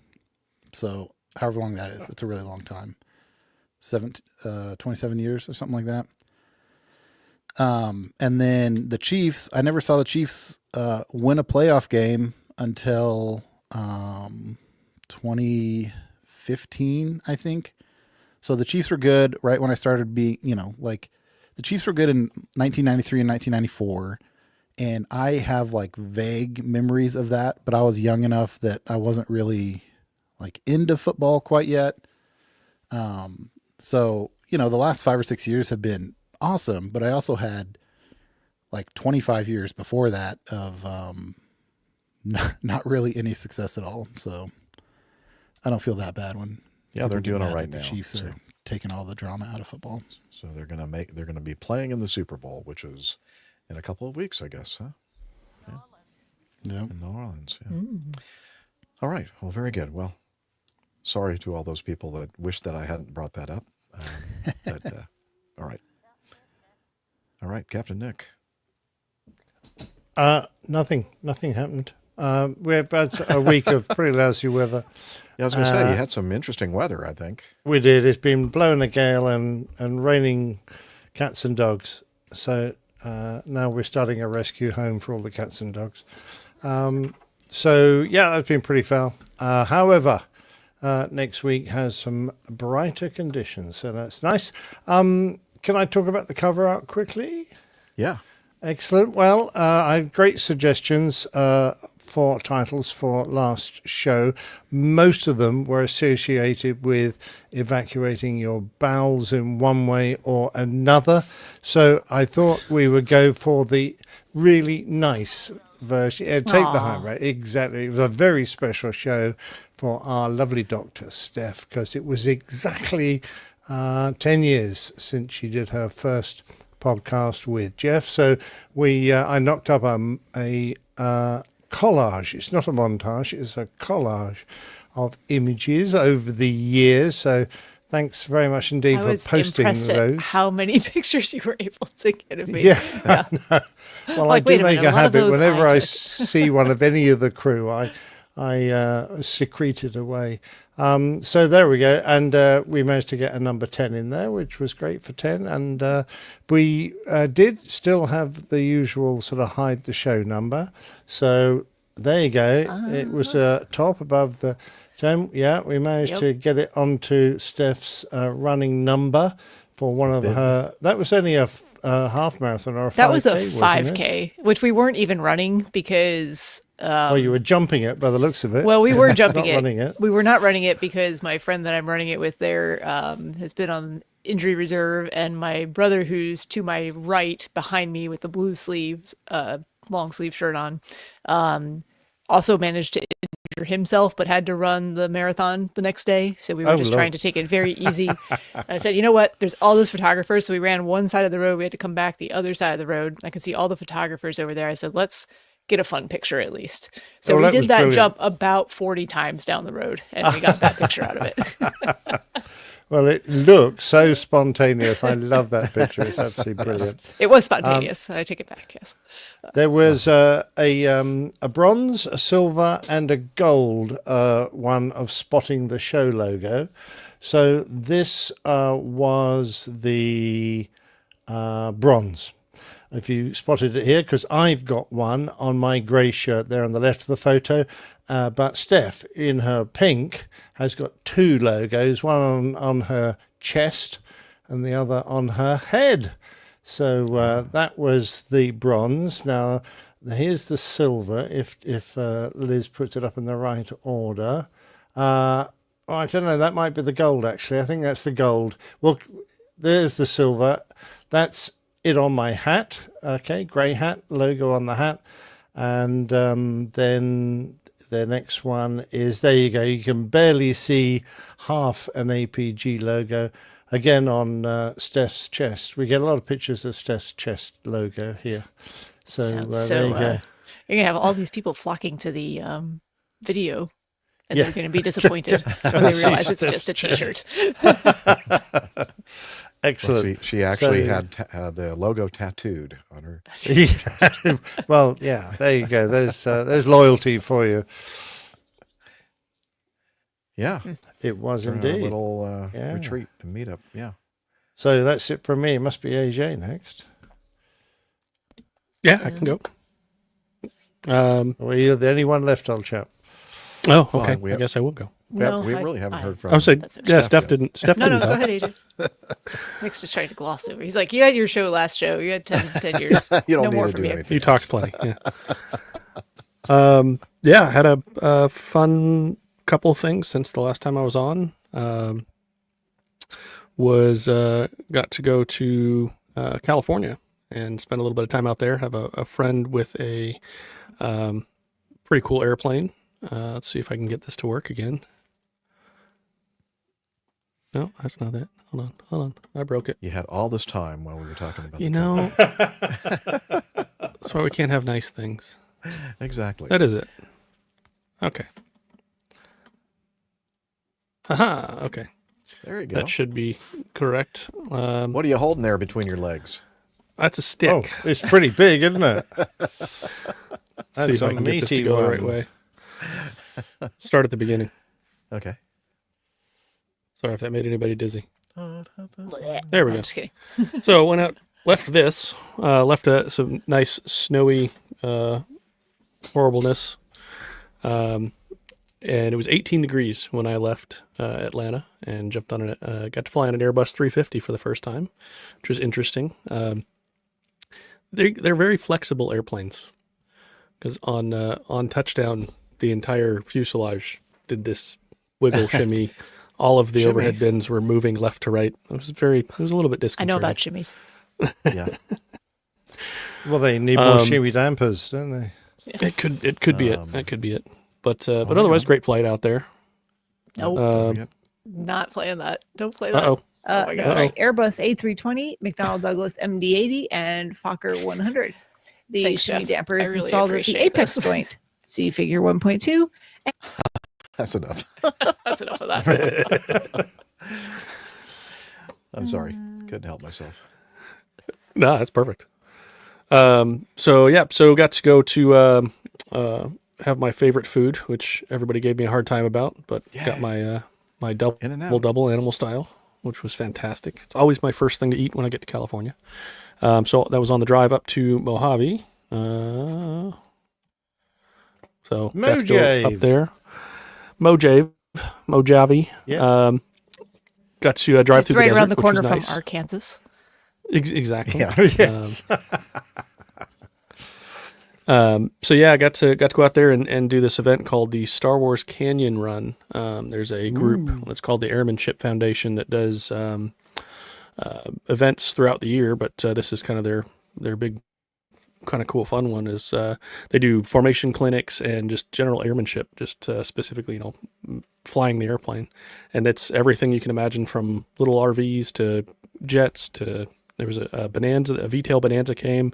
A guy did the canyon in a Cirrus Vision jet, which was kind of cool. So a lot of different airplanes. But up in Death Valley National Park, there is a little canyon called Star Wars Canyon, otherwise known as Rainbow Canyon, because of all the different pretty colors of rock that are in the canyon. And it's a really fun, low-level training area that the military used to use. And there was an incident the military had, and they are no longer allowed to go below. Depends on what their mission is, but I think it's like either 1,000 or 1,500 feet AGL for most of their stuff. They can't just go there and play. So we, being VFR, not talking to anybody, pilots can go do what we want. So got out the airport and saw a couple of cool airplanes, and one of them's owned by a friend of mine, the one on the left in that picture. It's a L-39 Albatross, and so he invited me out to go play with it. So I had to do some work to actually get to fly in it, so got to do a little bit of work on the airplane and fuel it up and a few other things. Some But then gas in it. yeah, I made sure 100 low lead only. Absolutely. I was very particular about that. But yeah, got to go ride around on that thing and do some real low level flying, which is pretty intense. Being below the rim of the canyon and pulling about 5 Gs in that airplane. It's an exciting ride for sure. Kept the blue side up occasionally. Sort of. But really, really pretty. Got to do a nice sunset flight. Let's see. Which was really, really pretty. And it's really interesting. Right there at Mojave, they have this massive field of wind turbines, wind power generators. And there's thousands of these things. And so when you look at it on your display, on your primary flight display, it pops up with all these little tower icons, but it looks like there's an army of them marching over the hill. It's kind of disconcerting, but it's a neat shot. And then this is going back into Mojave, which Mojave is a really interesting airport in and of itself. It's the Mojave Air and Spaceport. So they've done a lot. It's kind of sort of the mecca for experimental aviation things. If anybody's old enough to remember, the Voyager flew out of Mojave. Lots of space shuttle things. Spaceship One, I think, operated out of Mojave. And most recently, the Boom supersonic test plane flew out of Mojave yesterday to be the first civilian independent. There was a lot of qualifiers on it. Thing to break break the sound barrier over the continental United States. So yeah, I actually got to see that airplane as we taxied by because they had the hangar doors open and we taxied right by the scaled composites hangar, which was kind of cool. I have a question about that. Yeah, was when they exceeded the speed of sound, was there a boom? You'd have. I guess you'd have to ask the Mirage pilot or the T-38 pilot. Yeah, or somebody was on the ground nearby to confirm whether or not there was a sonic boom. Kind of the middle of nowhere over Death Valley. There's not a lot of people out there. Because isn't the whole point of the thing coming up with technology that kind of is I think it's supposed to be quiet, severely dampens the boom? Yeah. Yeah. Yeah, I was just curious. Yeah, I didn't hear. It's interesting that they didn't talk about that really at all. No, they didn't. So the whole test bed as to whether or not it, worked. Well, yeah, we'll find out later. Yeah. Yeah. So this taxiing back in from the jet flight, and like I said, really, really pretty sunsets out there. And yeah, Gina is asking about the twin 747 fuselage. Wasn't that Space One or something like that you were talking about? That was the mothership. Yeah, I think it's based there. Yeah, they have a massive hangar. Yeah, that is a monster airplane. You are correct, Gina. Yep, flying the jet there, and then that's a little better picture of the jet, which is it's a slightly formidable looking airplane. Was originally used as a primary jet trainer and ground attack in the Soviet bloc back in the 80s, kind of Cold War era. And I've heard that there's still a handful of them actually in service in Ukraine. They're still using them for ground attack mission stuff, so kind of interesting. Cool. Got to see my uncle, who I haven't seen in a few years. He lives actually out in that area, out in Bakersfield, so got to bring him out and show him around the airplane and stuff, which was neat. And then got to have even more fun. Went and flew with another friend of mine, Mike, in his RV6. So we went and bounced around in this little go-kart of an airplane. Looks completely different than my RV. Very different. Yeah, different RV. Fun little airplane. It is tiny. We are, me and Mike are absolutely shoulder to shoulder in the cockpit, but it was quick for what I expected. It was a quick little airplane. Little bit very. What's a good word? I don't know if deft is a good word, but it's very responsive. You think about moving the control stick and it does a thing. So it was interesting to get to know that airplane and get to fly it and do a few landings in it and stuff. And cool. Ended up being brought the cold weather with me, because by the time I left, it was in the high 30s, low 40s, and came home on Sunday night, very late Sunday night, back to a frozen Atlanta, and I get a text message from Mike Monday morning. It's a picture of snow on the highway in Mojave. So wow. It actually snowed and stuck to the ground, so that's kind of a rare thing for them. So everywhere you go, there's snow. Yeah. Maybe and it's me. Same with the Camacho too. Yeah, by our powers combined. Yeah. I don't know. So yeah, had a lot of fun. Hoping to take DJ out in a couple of days possibly for her solo flight in a glider on Saturday. So we're cool. Hoping the weather looks really nice, mid 60s, and not too wind's pretty calm. So cross fingers for that. Yeah, this could be it. I will. Excellent. Yep. All right. Good. I guess we can move on now. No, just kidding. Dr. Steph. Well, after all that build up, I had a very boring weekend, as I saw y'all. But I was just going to make two comments about the stuff that I did, and maybe a little public service announcement for anyone in the United States. So the only thing I really accomplished since I saw you guys last was that I submitted for my passport renewal. It expires at the end of this year, and I have some hopefully some international travel planned at the end of the year, for which I should need 6 months or more validity, and I don't have any travel planned at the moment. So I thought, probably a good time for that 4 to 6 week lead time to get my passport renewed. So it's an every 10-year thing. So I haven't done one since then. But it's basically, as long as you just need to renew it normally and it doesn't need to be expedited, it's all done online now, which was great. And that website from the US Department of State actually is user-friendly, amazingly. And it was a very simple process. And they let you upload your own picture now. You don't even have to go get a picture taken. You can do it yourself on your smartphone or whatever. Are you sure this wasn't some sort of scam? This was totally a scam. And I was quite impressed with the relative efficiency of it. I cannot say the same thing for the Treasury Direct website. And the reason that I know about this now too is, as I was getting my passport, my soon-to-be expired one out to go through all the information and put all that in, I was going through my safe deposit box as well and found that I'd stashed all these Series EE Treasury bonds that were purchased for me by a grandparent as a child. None of them are worth a whole lot of money, but I was like, I wonder. Some of these have matured. Some of these are certainly worth probably cashing in at this point because they're not going to accrue more value. So I went to the Treasury Direct website and could not for the life of me figure out how to find the value of these bonds. They don't want you to know. I was able to, it looked like the website looked like it had not been updated since 1994. Just the way the font was. So there's one government website that's like nice and shiny and works and efficient. And this other one, I'm like, I did finally figure out how to find the value of the bonds, and I was able to print out a list of that, but there was no way to link that to my account so that I could just go back and like look at it or call them up and see.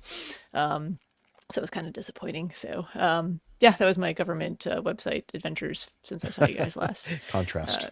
Yeah, contrast. And the only other thing I guess I have to say is, with this week's upcoming game, Go Birds. I lived in Philly for a couple years, so sorry, Nixie. It's a nice rivalry. Yes. It should be a very good game. I hope it's a very good game. Yes. For those of you into sports ball. I am. I'll be watching and eating my chicken wings. All right. Ooh, yeah. Maybe those Korean chicken wings. They're good. Very good. All right. So, I guess let's just quickly do the coffee fund, although there's really not too much to talk about, but, just in case somebody feels like joining these wonderful people. So here we go. Johnny, how much more coffee? And I'll have to sing too. I love coffee. I love tea. I love the APG community. Coffee and tea and the Java and me. A cup, a cup, a cup, a cup, a cup. Wow, the latency tonight is extremely off. That was difficult for me to sing while I was hearing Liz singing about a half second behind me. Anyway, no, I'll fix it in post though. It'll sound perfect. So, the coughing? Yeah, well, I can eliminate that. The coughing fund? Yeah, well, it's not the coughing fund. Well, I guess tonight it is. So we have this mechanism or a way of you supporting the show financially. Several ways to support the show. One of them, financial, for those of you out there who can or have the resources to do that.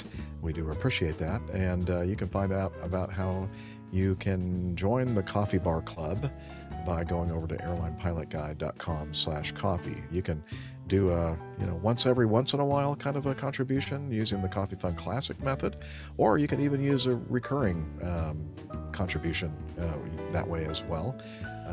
And the other way to support us is to join Patreon. You can become a patron. So again, go over to airlinepilotguide.com/coffee to learn how you can join the Coffee Bar Club. You'll be glad you did, and we will too. Thank you. All right. I think we're going to jump over next to our plain tale. And then after that, if we have any time left over, we'll do some feedback. Good job. What's the show run looking right now, Liz. Oh, okay. All right. So we should be able to do the plain tail and then a few of the okay, very good. All right. So we're going to go ahead and do the. Are you ready? Okay. We're going to go ahead and do the plain tail. The old pilot has sent us another edition, another volume of the RAF Form 414. I think it's number 32. Am I right? You certainly are, Jeff. That is incredible. Here we go. Are you bored yet? No. I love the these. Old Pilot's Plain Tales. RAF Form 414, Volume 32. So the logbook tales continue. I left you at Bangkok, having turned my brand new Hawk trainer into a blowtorch and nearly cooking an inquisitive guard. Once we'd repositioned the 3 aircraft that we were delivering to the Royal Malaysian Air Force, I spent a while carefully wiping the soot from around the jet pipe with my handkerchief. We had a mere 500 nautical miles to go before arriving at our destination, and when it came time to pack up for the last time, I was looking forward to getting there.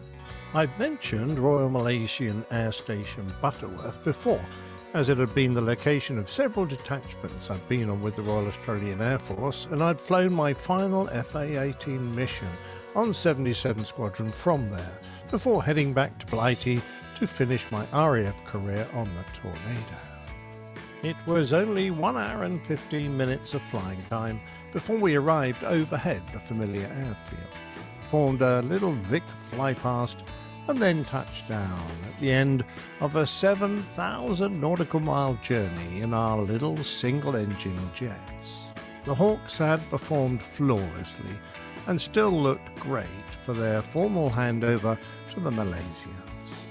Oppie and the other test pilots had several days of flying with the acceptance pilots to accomplish, something I wasn't qualified to do, so I headed to the resort area of Batu Ferenghi and the delightful beach hotel that had been booked for us. Lying on a sunbed, sipping cocktails, I contemplated the next hurdle that faced me after I hung up my British Aerospace orange flying suit.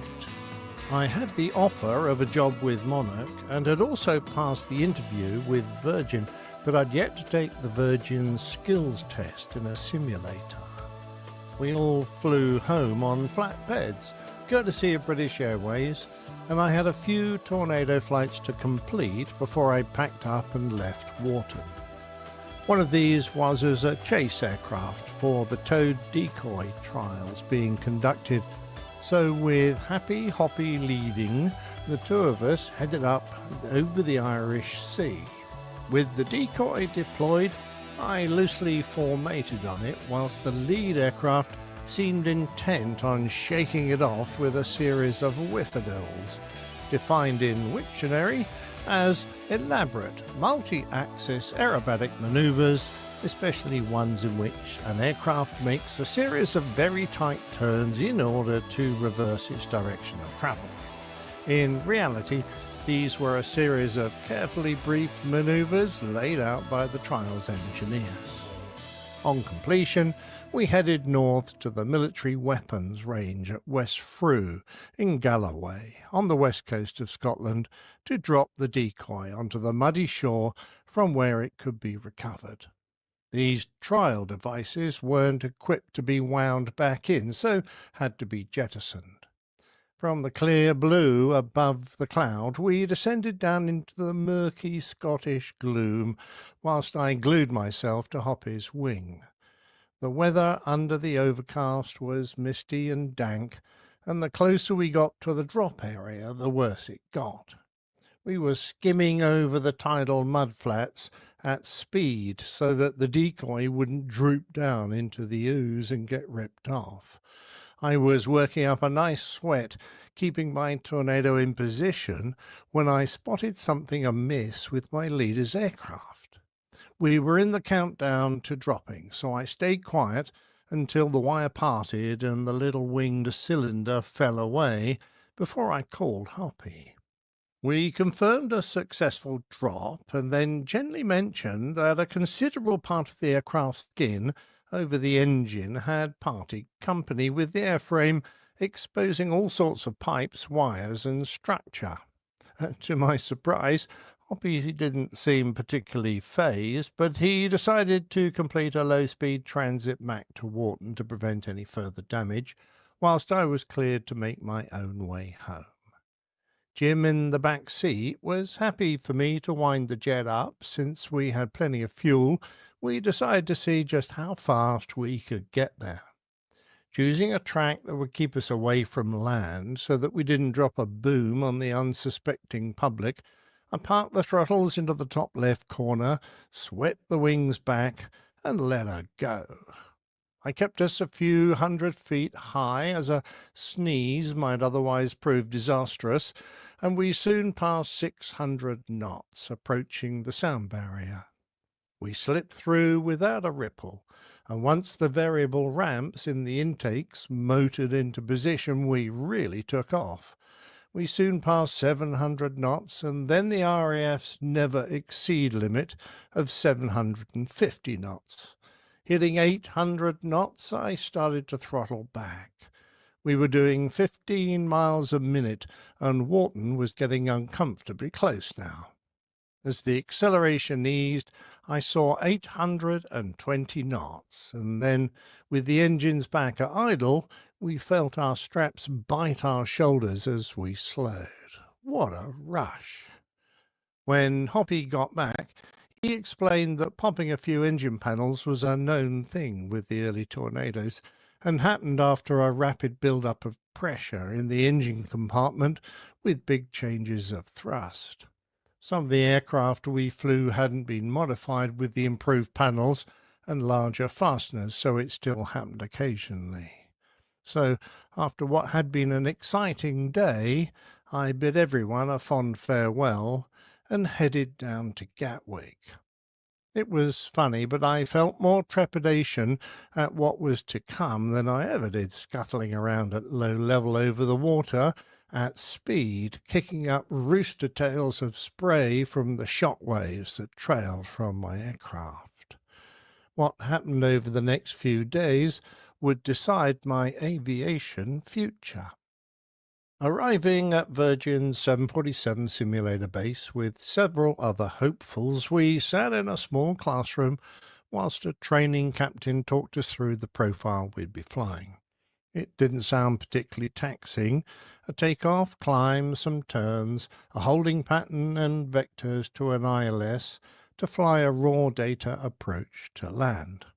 We'd be expected to ask for services like flaps and gear when we wanted them, but we'd be told of limiting and target speeds as we went along. If there was an emergency, we're expected just to deal with it by asking for an appropriate drill. It would take about 30 minutes each, and I was going next to last, so I had a few hours to kill. After thinking it all through, I kicked around whilst candidates were called in one after another. It was testing enough just to wait, as my nerves grew and grew. Funnily enough, as I strapped into the box and took a deep breath, I felt uncannily calm. By now it was late evening, but I wasn't tired, just quietly excited. When I pushed up the 4 throttles to start the takeoff, I kind of felt at home. This was the job my father had done, and at last I was truly following in his footsteps. We got airborne and cleaned up, and I quickly discovered how nice the 747 was to fly. It was only a simulator, but it felt like a big Cessna 150. The controls were beautifully harmonized and quick to respond. If it was anything like the real thing, it wouldn't feel like I was dragging over 200 tons of aircraft around the sky. I was flying turns, reversals, climbs and descents, and kind of enjoying myself when I spotted a little flick of the main attitude indicator. It had jerked a little, and then suddenly stopped. I glanced across at the training captain's instruments and then at the standby AI. Mine was reading differently. I transferred to the standby and rolled wings level, adjusting to get the heading and height I had been told to achieve. I diagnosed an instrument failure and asked for the drill, commenting on the rather awkward scan I now had to perform. The captain, assessing me, asked what I might do to make that easier, and the penny dropped. I was treating this as a test of my skill, so assumed that they wanted to see me fly using the standby instruments, but what they really wanted was for me to behave as if we were a crew. I wasn't single pilot anymore. I asked the other pilot to take over, which he did, whilst they fixed the problem. Back in control, I headed off to join a hold when the fire bells and red lights went off. I identified the engine and called for the fire drill, but that too was quickly cured. I never got to the hold as they seemed to cut the sim short, and before I knew it I was flying a raw ILS. In fact, I don't recall using the flight directors on the test at all. Fully configured and going down the glide slope, the big girl just sat there, as stable as could be. I couldn't quite believe how easy she was to fly. I plonked the sim down and we ground to a halt. "Okay, thanks, we'll be in touch," said the training captain, and I glanced at the flight engineer. He grinned and gave me a big thumbs up. Now I had to play my cards carefully. I was only a couple of weeks from starting my A300 course with Monarch, and I needed to know where I stood before I signed a contract with them. I apologized and explained, assuring them that given the option, Virgin would be my first choice. "We'll see what we can do," was all I could get from them. The next day I drove the 400 miles back to the family. All I could do now was wait. I guess you can imagine how tense the next few days were. I tried to play a little golf and wrote letters to the companies who had shown an interest, but I'd made up my mind to join one or the other. There was less than a week to go when the phone rang, and I was offered a job on the new Airbus A340-300 fleet that Virgin had acquired. I sat down and composed a letter to Monarch advising them that I wouldn't be taking them up on their offer. It was difficult. I felt bad about it because I knew that they'd have to fill my place at short notice, but I also knew that I needed to think of my family and my future. I had a few weeks to wait, and then I would be reporting for training at Gatwick. In the meantime, I thought long and hard about my future with Virgin. I'd been allocated a course on a brand new type, new technology, glass cockpit, and all that meant. I'd really enjoyed my time in the 747 sim, flying an aircraft with iron instruments like the Phantom, Tornado, and Hawk that I'd enjoyed so many hours on. It was also an aircraft that my father had flown, and I wondered. Eventually, I plucked up the courage to phone the Director of Flight Operations at Virgin Atlantic. I thanked him for the job offer and asked him if there was any chance I could get a slot on the 747 fleet instead of this new and unknown Airbus A340. There was a long pause before, in his clipped accent, Captain Nightingale replied, "Don't push your luck, Mr. Anderson." Suitably cowed, I arrived for my induction, a day of briefings and form signing, then off to a little commercial uniform shop to pick up my first of the 4 different Virgin Atlantic uniforms that I would wear over the next 25 years. It was a horrid, thin, black nylon thing, but did have the advantage that if you slept in it, it would look as good when you got up as when you had fallen asleep. Next, it was a date with the company doctor, Doc Chapman, in some rooms he rented in a nearby Gatwick hotel. We chatted as he prodded and poked me when I saw and admired a painting on his wall of a British United Airways VC-10 inside a hangar. It turned out that he had been their company doctor as well. I asked if he remembered my father, a tall, slim Australian captain. It turned out he did, but more so my brother Chris, who worked as an apprentice ground engineer. He'd sorted out an eye problem he had. Afterwards, I contacted my bro, and he most certainly remembered Doc Chapman. Chris had painful eyes and came to work wearing dark glasses because he had become sensitive to light. Chapman spotted him in the company car park and insisted that he came to his office.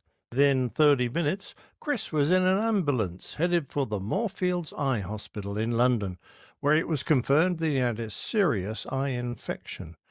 Without his speedy intervention, Chris would have likely lost his sight. Completely by chance, in Doc Chapman, I had found a family friend.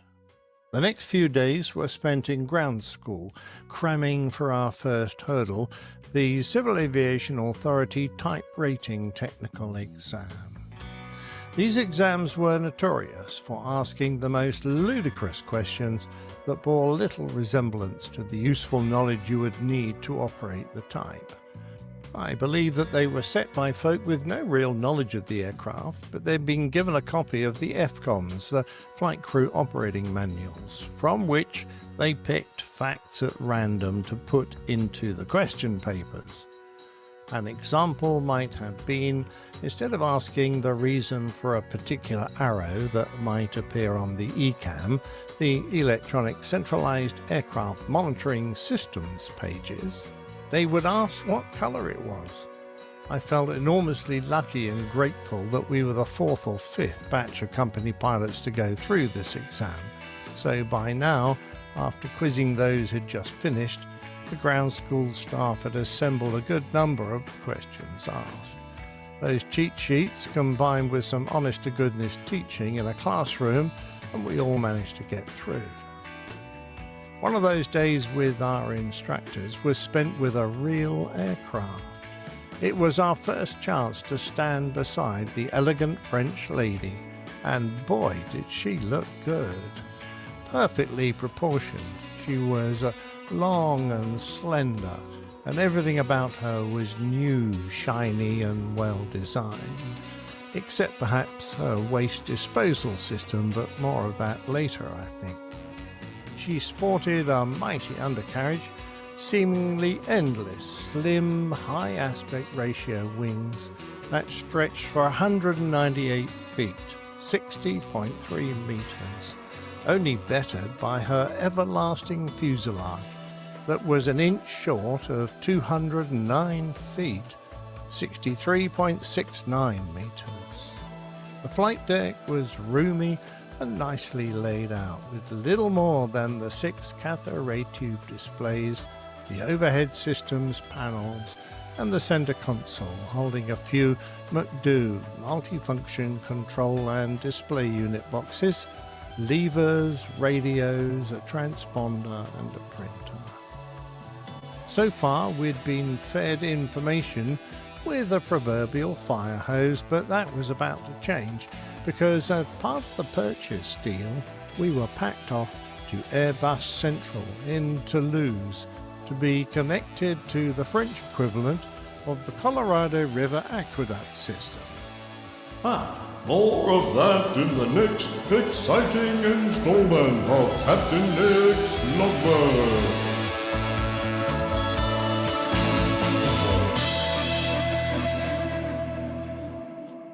Not sure what that was at the end.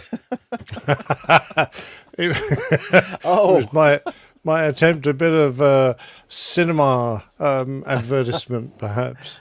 Uh-huh. Okay. Well, Liz says she thought you were in the aqueduct. Yeah, could well be the case. Big pipe. So that was pretty ballsy of you to request the 747. You should just be happy that they asked you to be a pilot for them, Captain. Well, that was, yeah. I was very much in two minds. But I thought if you don't ask, you don't get. That is true. So, in a way, I mean, what's the worst that happens? They say no. Yeah. They said no. Okay. yeah, The exactly worst right. that happens is I forget it. We don't even want you with our company anymore. Yeah, you big-headed We git. rescind the offer. Go away. Well, if you'd gotten the you- 747, would you still be making fun of Boeing as much as you do? Oh, No. undoubtedly, because everyone on the 747 when they got rid of them ended up on Airbuses. So although a few of them moved, I guess, to the bin liner, but most people moved on from there to glass cockpits. I always knew you were a secret Boeing lover. Yeah, well, actually, I was because I grew up flying in the cockpits of 707s and 747s with the old man. On my many flights with him sitting on the jump seat. So, and he loved the 747, absolutely loved it. Didn't think much of the 707, particularly compared with the VC-10. But no, he thought the 747 was great. And I have yet to meet a pilot who did enjoy flying that airplane. So undoubtedly I would have done as well. Well, I think you did a very nice job of complimenting at least the simulator. Of the 747. Well, it was fun. It was a really old simulated compliment. Yes, it was a really old sim as well because the company only had sort of 100s and 200s. I think they only had 10 aeroplanes when I joined, so it was a pretty small outfit. Yeah. I'm looking forward to the next installment of the form. Well, my civil career doesn't have quite the same excitement as tootling along at 820 knots. I don't know. There you go. Yes. How I all those became flight an attendants. alcoholic. Yes, okay. Very good. There we go.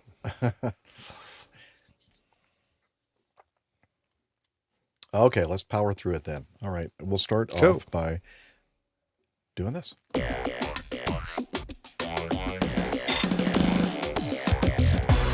Captain, incoming message.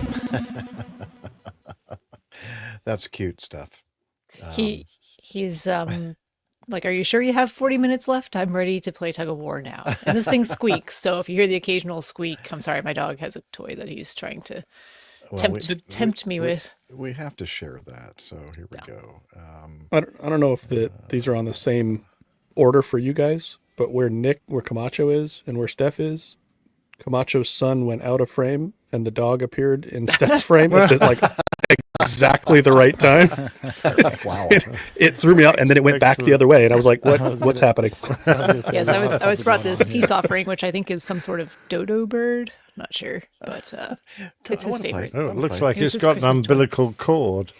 It's actually the feet. Like you're supposed to have the feet on either side of the bird and tug back and forth, but it pulls like all the way through. And they'll just pull it all the way through and then, grab onto it right next to each other and play tug of war instead of as it's designed. But, Fair enough. clearly the human dog toy designers did not understand the dog brain. No. Dog psychology. Love That's it. cute. Very cute. All right.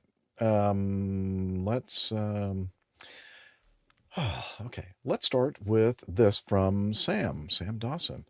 APG crew, the sad news today will probably take priority on the show. Yeah, we covered that mostly on our news segment.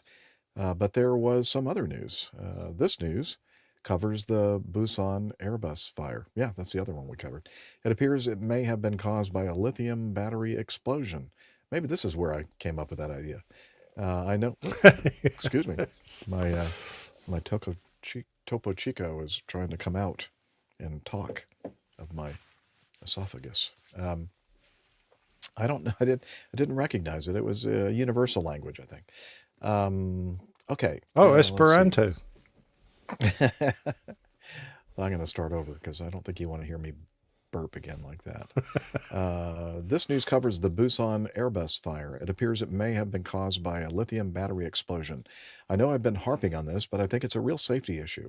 If this had happened 30 minutes later, the outcome might have been very different. By the way, fond memories of Busan, as it's where my wife and I, as young lieutenants, spent our first Thanksgiving together. Nick, I don't see an F in lieutenant. Well, there used to be, so I think go that, and check your dictionary. I think that the key here is that when you see a U, you're to pronounce it with an F. So, lieutenant. Okay. F-U. Well, okay. Thank you. Smoke. Just smoke. Okay. Yeah, that's right. That is smoke. My wife was homesick as it was her first Thanksgiving away from home. To cheer her up, I decided to take her to the most Western place I could find, a German restaurant in Korea. Good Lord. It was like the closing scene from A Christmas Story, as the goose my wife ordered was brought out to her head. Hang on. I have to reread that because, okay. It was like the closing scene from A Christmas Story, as the goose my wife ordered was brought out to her head, neck, and all. I was about to laugh hysterically when she started to cry. Did not help the homesickness? No, probably not. It probably made it worse. Sorry, a slightly humorous story on a tragic day. Now, you know what? And we've talked about this so many times on our show, is that sometimes, when things are really, really serious and sad and tragic, humor, I think, kind of helps, deflect all the bad feelings that we're all feeling, and helps maybe numb us a little bit. And then he sent a link to an article from Paddle Your Own Canoe, and yeah, I was thinking, are you sure you didn't put that in here, Liz? Wow.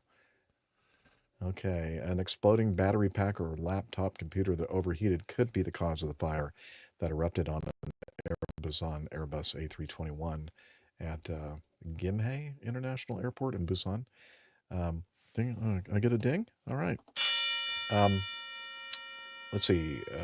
7 people were injured during the evacuation.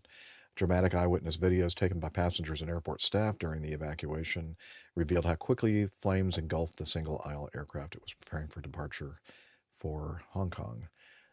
Passengers had just boarded the plane at around 10:15 p.m. on Tuesday when some witnesses say they heard crackling sounds coming from an overhead locker at the rear of the plane. A short time later, smoke started to pour out into the cabin. The pilots quickly initiated an evacuation via emergency slides, with all 176 people on board, including 7 crew members, successfully escaping the burning plane. 3 passengers, however, sustained minor injuries during the evacuation, and 4 crew members were treated for smoke inhalation. Yeah, so they were ruling out the possibility of, well, no, although investigators are not yet ruling out the possibility of terrorism, there's currently no evidence to suggest that this is the case. And it's believed that to be an unlikely explanation for the fire. So, all right, so they go on to talk about lithium-ion batteries and how dangerous they are. And yeah, so the rest of it, if you want to read it, is in our show notes. I realize now we found out who the other person who goes to Paddle Your Own Canoe is. It's Liz and Sam. Yeah, just those 2 are keeping it alive. Yeah. Yes, you do. That's why you're part of our show, Liz. You recognize poor quality. You fit right in. Okay, next one from Shane. Let's see. Great feedback on the Jeju crash. All of your comments beg the question: if you had a dual engine failure, why did you attempt to go around if you're already configured for landing? To this point, I haven't done an in-depth analysis to the phase of flight they were in, but I believe they were close in on approach. Yeah, they were. I think we were all looking forward to hearing the results from the accident investigation. It's such a tragedy for all involved, and my heart goes out to all the families involved. Best regards, Shane. And to be fair, Shane sent this in a while ago, shortly after this horrible, tragic accident. I've thought the same thing, and it wasn't until, and I think we were going to touch on it It was in our news lineup for this show, but we're going to move it to the next one. But there is was it a preliminary report? Yeah, prelim. It was a very on the, preliminary yeah, it report. was There's not a lot of very- information in it at all. And the thing that we'll talk about on the next one is that it was interesting wording they used. It almost made it sound, and I don't know if that was intentional or not, that the crew initiated the go around and then hit the birds and had the bird strikes and took out the engines and everything else. So that might explain why the gear was no longer down and the flaps were retracted. You know, you clean everything up when you do a go around. So I'm wondering if that was just a mistake in the translation or if they really meant to say that. So Yeah. again, we'll talk about this on the next episode. But thank you, Shane, for sharing your thoughts about that. And I agree with you. You know, if yeah, not much else to say. You said it well.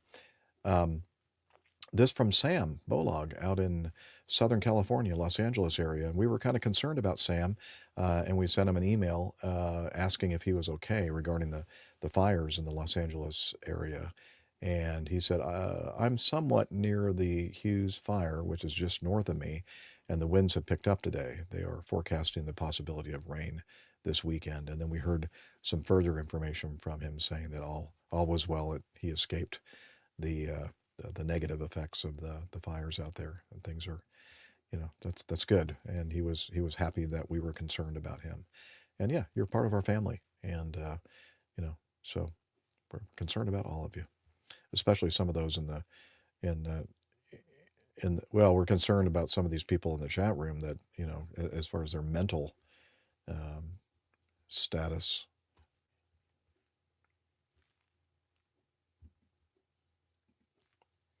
Okay.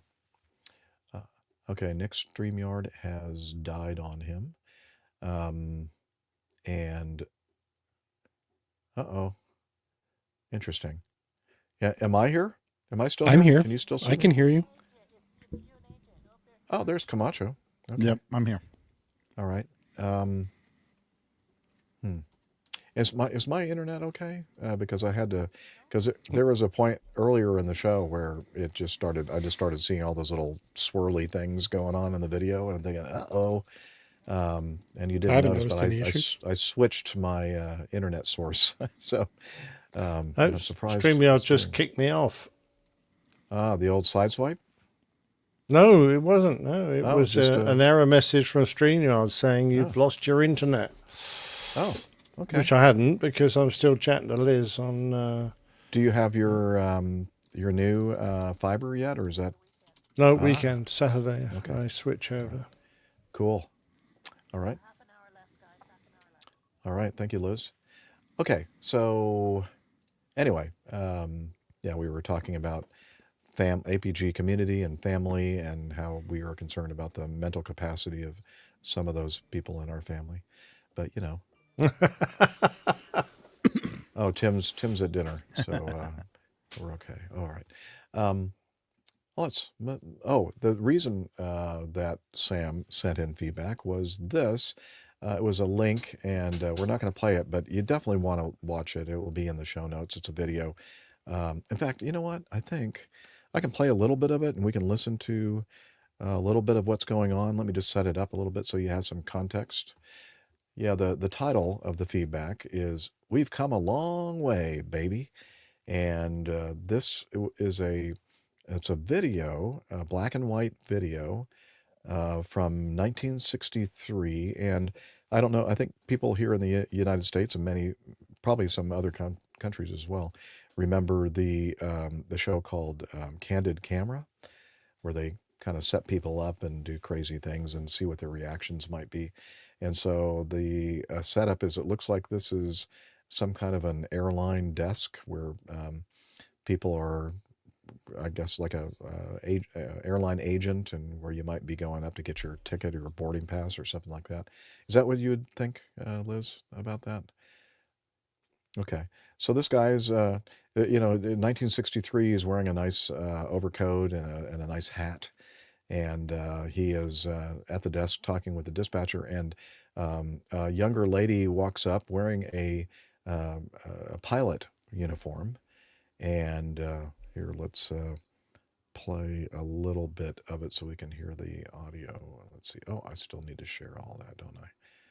I guess when I shared the doogie, it kicked this one off. Okay, here we go. Share and put it on the stage. All right, is it there? Okay, here we go. Play a little bit of it, not the whole thing. Okay. What happened? Did I do that? Okay. Bobby, what? Okay. Ready? It's really loud. No, it was so loud that I just stopped it really quickly. Let me lower the volume on it. It's loud to me anyway. Okay. Here we go. Bobby, what time do you have? About 3:20. Thank you, sir. Thank you. Okay, everything's in order. And congratulations, by the way. Why? That was your pilot. That girl was? I'm sorry. With my pilot? Hey, what's the matter? That girl? Yes, sir. It's a new service. Yeah, to watch his expression.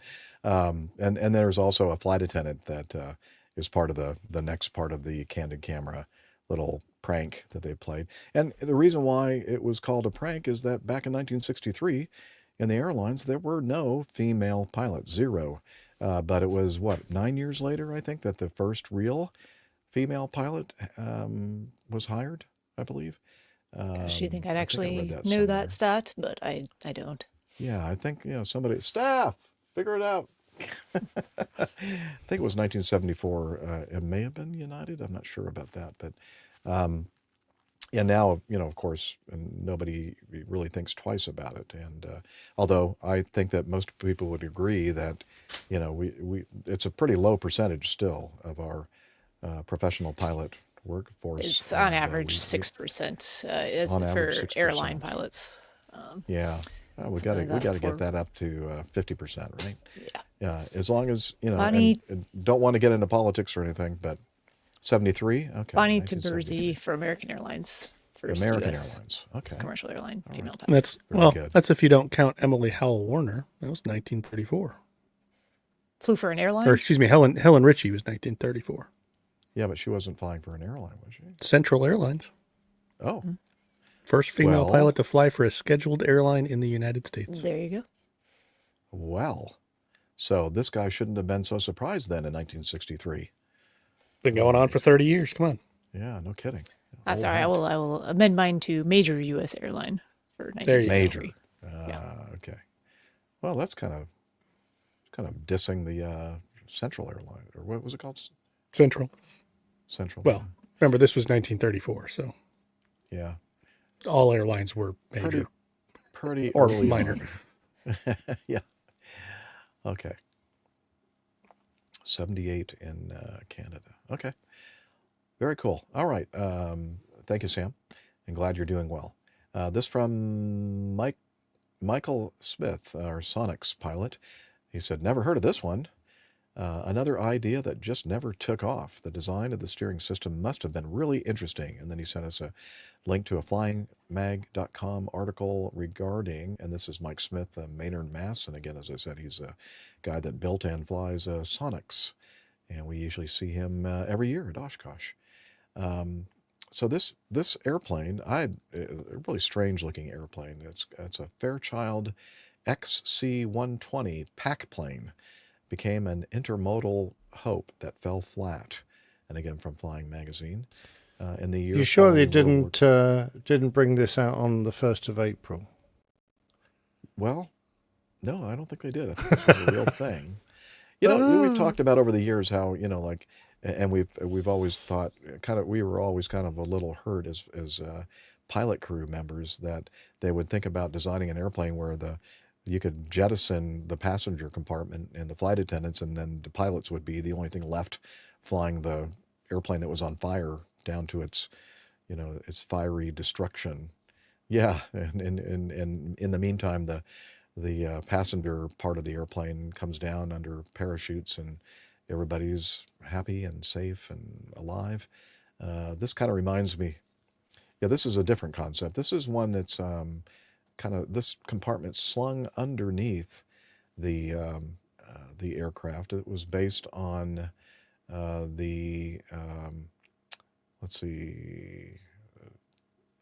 developing the C-82 packet and its improved successor, the C-119 flying boxcar.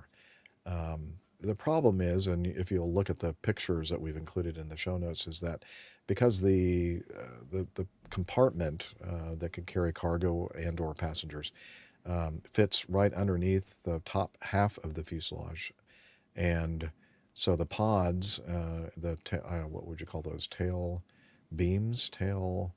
Booms. Help me Booms. out. Tail booms. Boom, on boom, either and shake side. the room.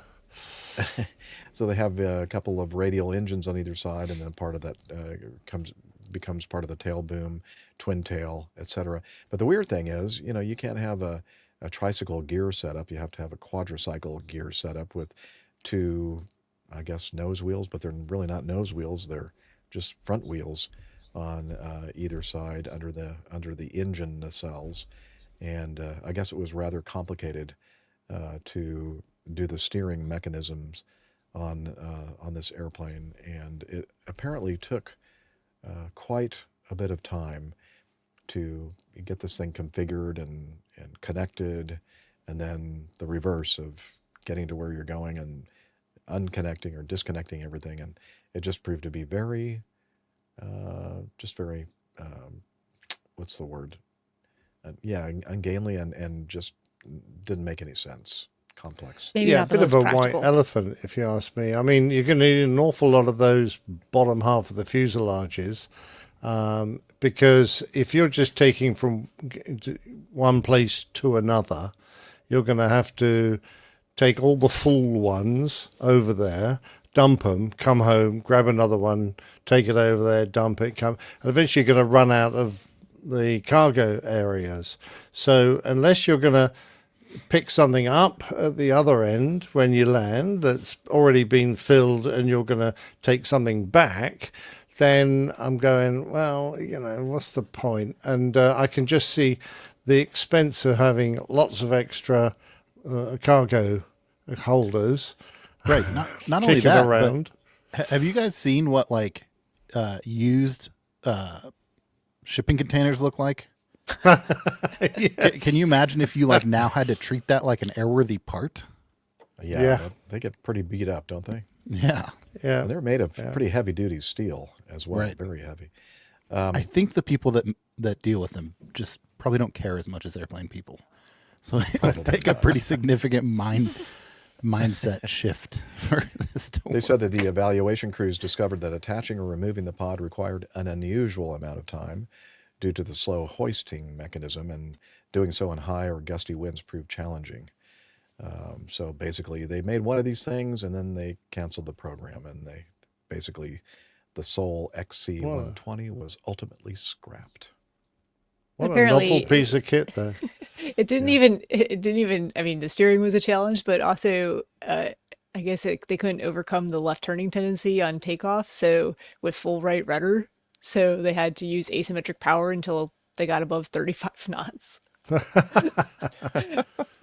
they had the none of this props was a good turning design. in the same direction. Yeah. Oh, dear. Well, that was a mistake.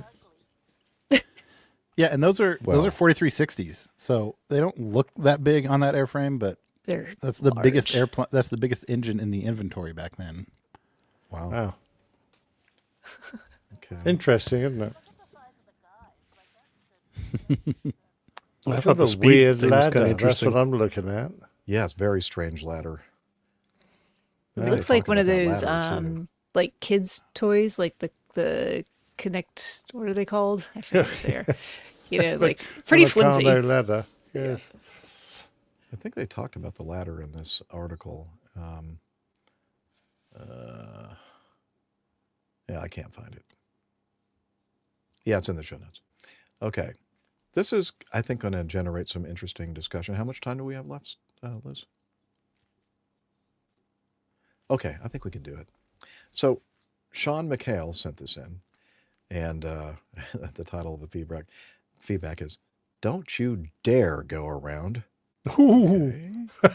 So it says ATC tells the pilot he cannot go around even if the pilot objects to the spacing. Okay, well, let's see. Why don't we play the audio of this and see if we can figure out what is happening. November 9, Yankee Tango, continue down to Alpha 3, then Alpha Hotel departing frequency. Charlottesville Tower, 146 Tango Charlie, we're going to go around and enter the left pattern. 6 Tango Charlie, I only need 3,000 feet, I've got that. We're still clear to land, don't you dare go around. Traffic is still on the runway, 146 Tango Charlie. I know, I have the 3,000 feet that I need. Alright, traffic off, 146 Tango Charlie, landing.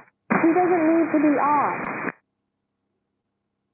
6 Tango Charlie, Alpha 2, Alpha Hotel departing frequency, and we don't need him to be off the runway. You guys are the same category of aircraft that only need 3,000 feet.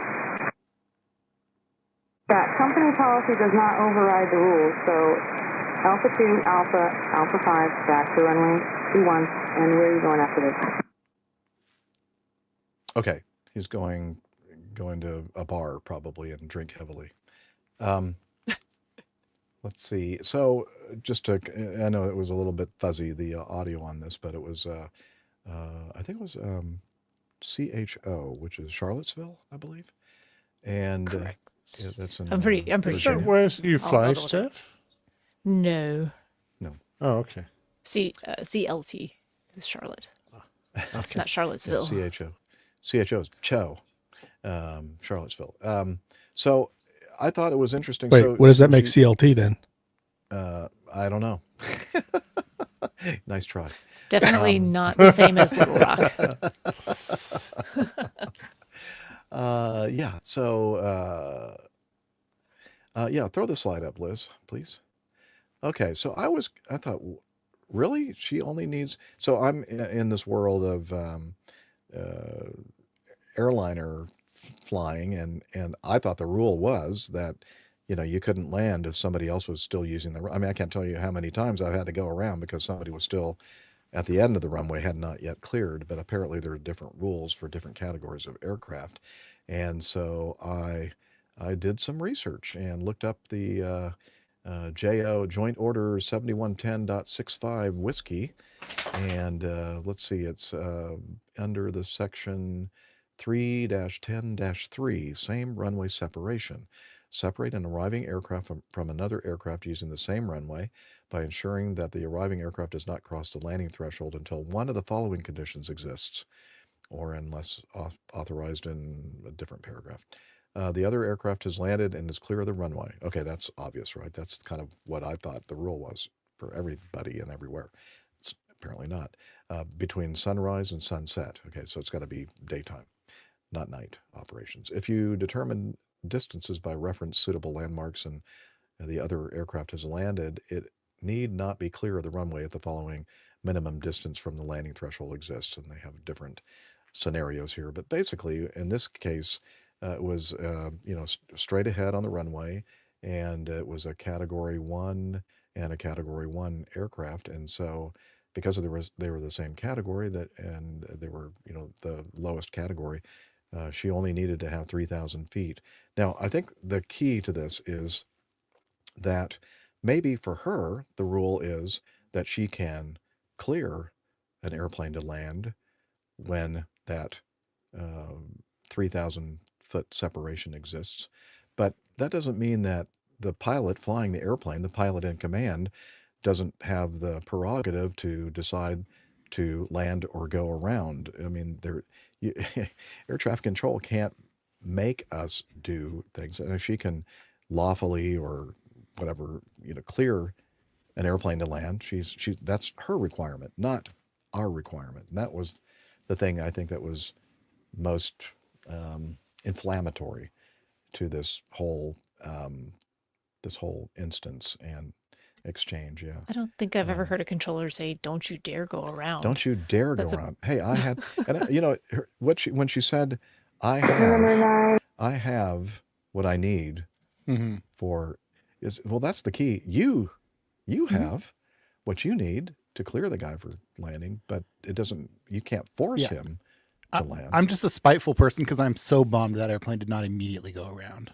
Because I would have loved to have seen what she did if that airplane was like. Yeah,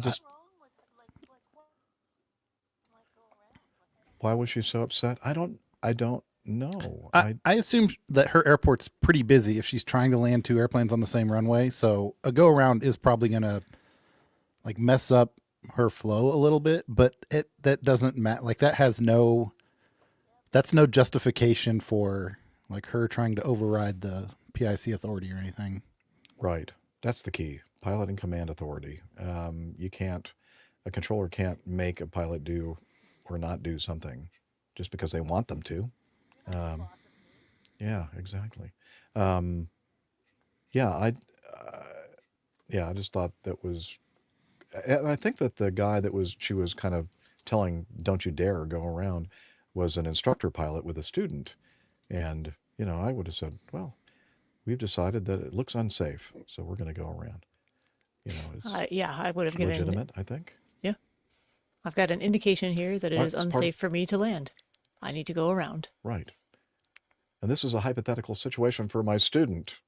And, and he needs to, or she needs to experience a go around in this situation, so that's what we're going to do. So anyway, I was just kind of curious what you guys thought about that, but I was just like, what? What do you mean? Don't dare. Yeah. If I was that pilot, I wouldn't have even argued about company rules or anything. I'm going around. Exactly. Right. Yeah. We didn't hear that part of the conversation. We can only get, the Peter Tarantelli in our audience says she should have stated that it's legal, but ultimately it's up to the pilot. Well, I don't think she would ever say that.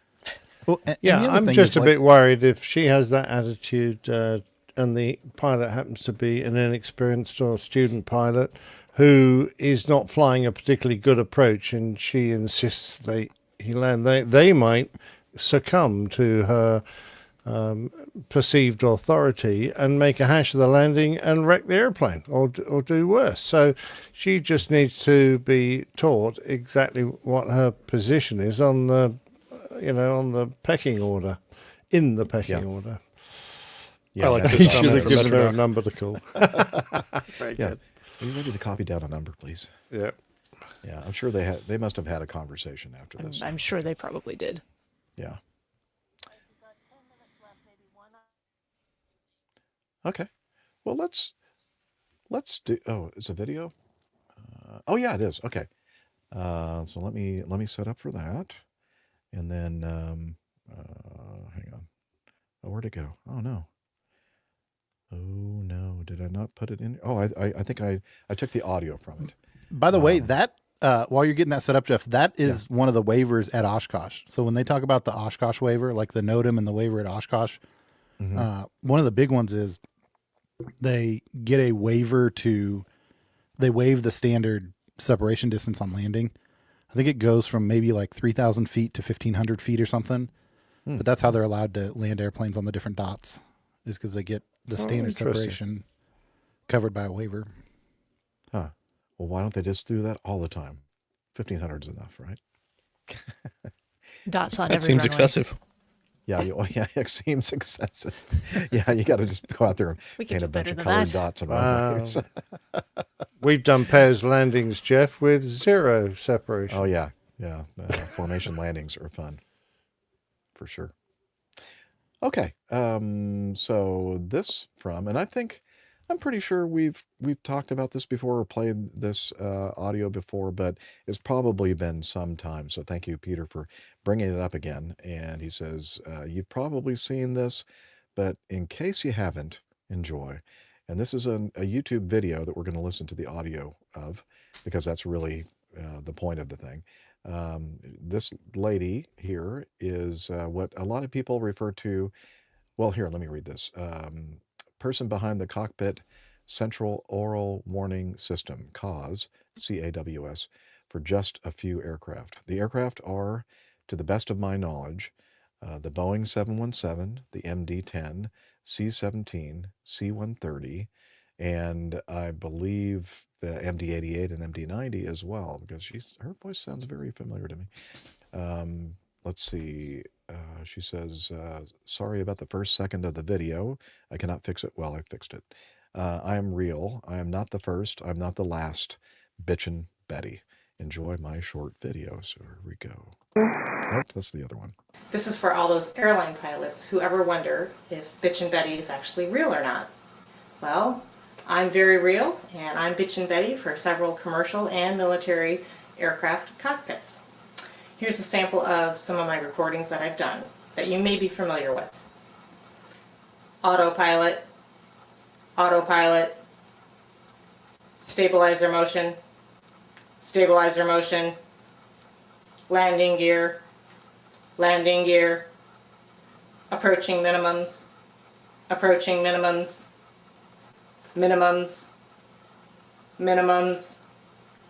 100, 50, 40, 30, 20, 10. That's just a sample of some of the things that you may hear in the cockpit. I've recorded many more that hopefully you will never hear. I hope you've enjoyed my very first YouTube video. Bye. No. Take out the garbage. You have to say it twice. Oh, yeah. Take out the garbage. Take out the garbage. Yeah, so I get the Bitchin' Betty that was that did the F-18, Nick, was another lady. She was an older lady, I think, right? That's right. Yeah, we played her video quite a while ago now, but Yeah. she was discovered, and they did a really nice video of her with an aircraft in the hangar, as I recall. And she was retiring basically at that point, but Yeah, I or remember probably that. Maybe had that's retired. probably what I'm confusing this with is the No, other this Bitchin' looks like a lady in her prime. Mm-hmm. Yeah, that's cool. Well, thanks, Peter. Appreciate that. And hey, Liz, we still have 2 pieces of feedback left. Yay, from Roberta. And about 10 pieces of news. And lots of news. Yeah, because we kind of spent a lot of time on that first one, which I think was appropriate. So, yeah, time to wrap up this thing, this baby. And we're going to point you over to our website, airlinepilotguy.com, where we still haven't done anything about the fact that there might be some outdated information. But Listen, it's still more up to date than treasurydirect.gov. we got so that going. We're for winning. us. Can we make that a byline on the Yes. website? It's better than the treasury.gov site. Yeah, so lots of stuff there to check out, so please do so. And we're on social media, or what I'd like to call social meds. Go ahead. Head over Steph. to whichever of these social medias is your favorite. We have Yeah. facebook.com/airlinepilotguy, X at APG crew, and find our individual handles pinned to the top of that page. If you're just there for the show artwork each week, that's on Instagram, instagram.com/APG crew. And to join us in these live recordings or watch the video recordings of the shows, youtube.com/@airlinepilotguy/streams. And always, I think Hillel is lurking in Jeff's He's either going to the RVS bathroom. Or and showering. he hopefully will tell us about Slack. Can you tell us about Slack? Okay, but I'm dripping wet. Oh, timing was off on that one. Sorry. All right, come on, I can't talk. Come on over here and tell us about Slack. Hillel. APG listeners, please join us on our Slack team. Slack is a communication, very loud. coordination, and sharing platform that works on your mobile, laptop, or browser. On Slack, we share news and ideas. We suggest episode and plain tales topics. We plan events and meetups. To get into the Slack team, please email me at slack@airlinepilotguy.com. That's SLACK, Sierra Lima Alpha Charlie Kilo @airlinepilotguy.com. Or send me a tweet with your preferred email address to @Hillel, and I'll send you an invitation. That's Hillel, spelled Hotel India 11 Echo 1, and see you in Slack. All right, thanks a lot, Hillel. Sorry, Jeff, I might have used all your skin lotion. That's okay. I'll get more. And I don't use it all the time. Just sometimes I get some rough spots, dry spots. I should stop talking because I'm going to get myself into trouble. And I'm not even sure. Hello, is this on? I'm not getting any. Calling it skin lotion is kind of weird. Don't most people just call it lotion? Just call it lotion? Yeah, that's weird. Why do you call it skin lotion? I mean, sometimes it's specifically like face lotion. Like that's kind of a separate thing, especially for women. I guess. Skin lotion. I've heard of face lotion. I've never heard anyone call it There's skin hand I'm with you lotion. there, Nick. Hand lotion. I think it's email slack@airlinepilotguy.com and Hillel will tell you why he calls it skin lotion. I have no idea. He's gonna love that when he gets emails. This would be really interesting. So AJ, nice to have you back on with us. It was interesting Glad to to be hear here. what you did out in California. You out there playing Yeah. and all. And Pretty great exciting. to see you, Camacho. We haven't seen you in a while, so welcome back. Yep, and thank you. and get back to work. And go Chiefs and go Birds. I'm going to just watch the game and watch this beautiful professional football being performed. And thanks to Liz for keeping this all on track today. Appreciate you as always. You're welcome, as always. And so, and Captain Nick as well. Thank you for that plain tale. Awesome. You may think it's boring because you lived it, but we love the RAF Form 401 Yeah. We really do. We're going to be sad when the last one gets produced. Yeah. Well, absolutely. I'm going to die before then, don't worry. No, stop it. Well, you know what? I suspect Nick has stories for quite a while longer. I think so. How long did you say? 25 years of an airline career?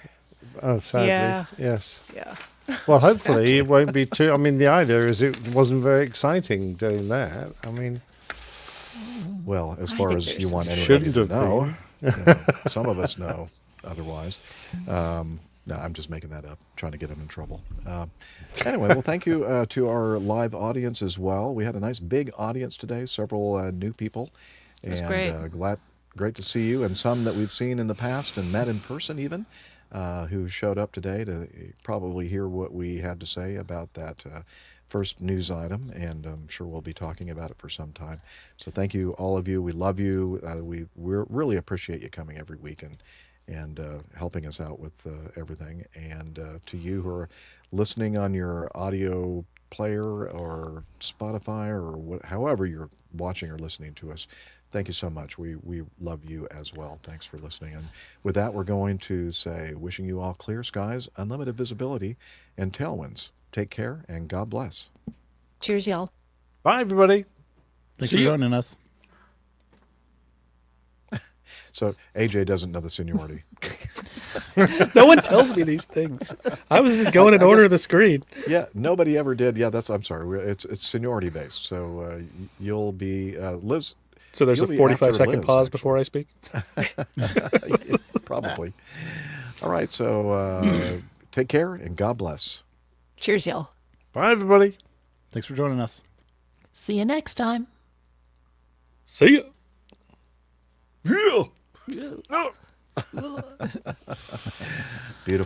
Well done. Beautiful. Okay, Beautiful. Nick, Good do you job. want? I've got a few suggestions. I hopefully. Oh, there I may be need some. Okay, Need so some. I mean, obviously we could have like Sad Night in Washington. I don't know if you want something like that, but anyway, that took up a lot of the show, so I don't know. What are you holding between your legs? Oh, yeah, that was AJ, wasn't That was it? AJ. Yeah. F equals U, or remember we were talking about lieutenant. Yeah. Wind generator army. That was also AJ. The wind generator army was coming over the hill. And don't you dare go around. You could have don't you dare go around. Yeah, as a don't title. you dare go around. Don't you dare go around. Don't you dare listen to the show. What was the one after What's Between Your Legs? Wind generator army. No.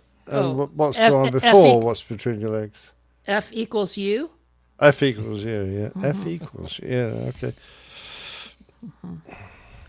FU. Yeah. I'm sure it was just FU, wasn't it? Well, something like that. I was trying not to just go with FU, but FU. I was trying to Lieutenant sort of Lieutenant. moderate it slightly. Everybody's so rude. F I you. know.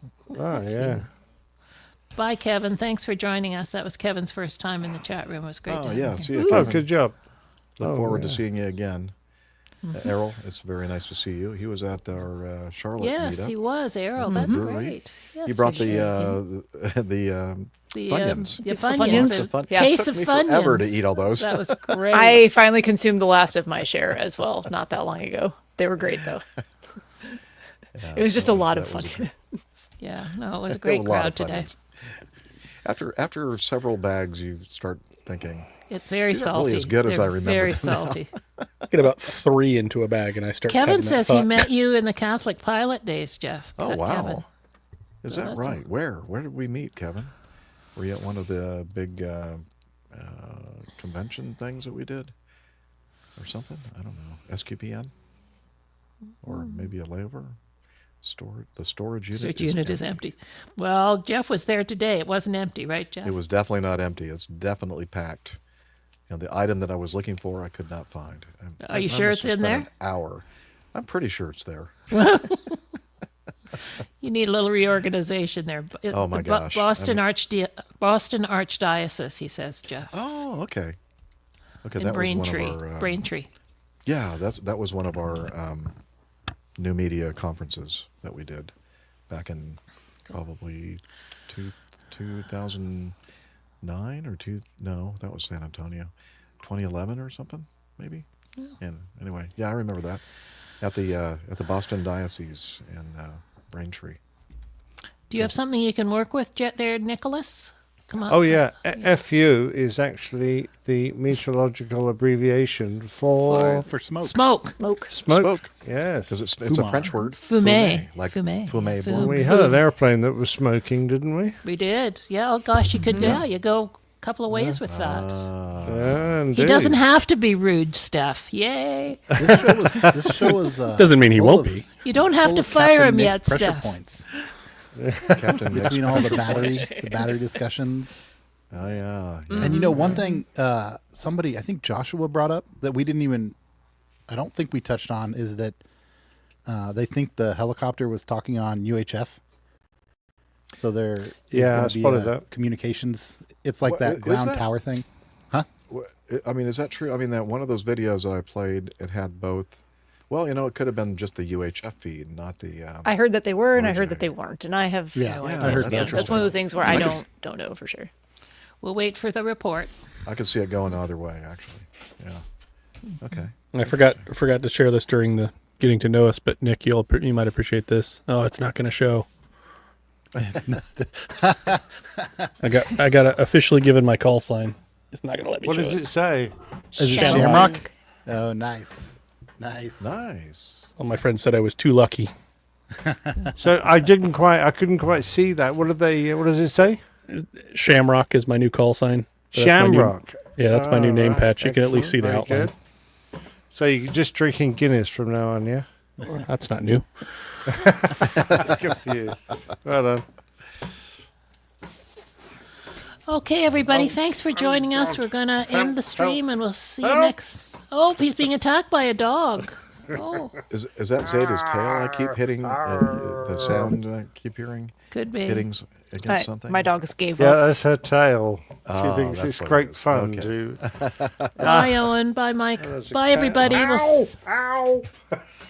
see you next time. At least mine doesn't do that. Bye. everybody. Ciao.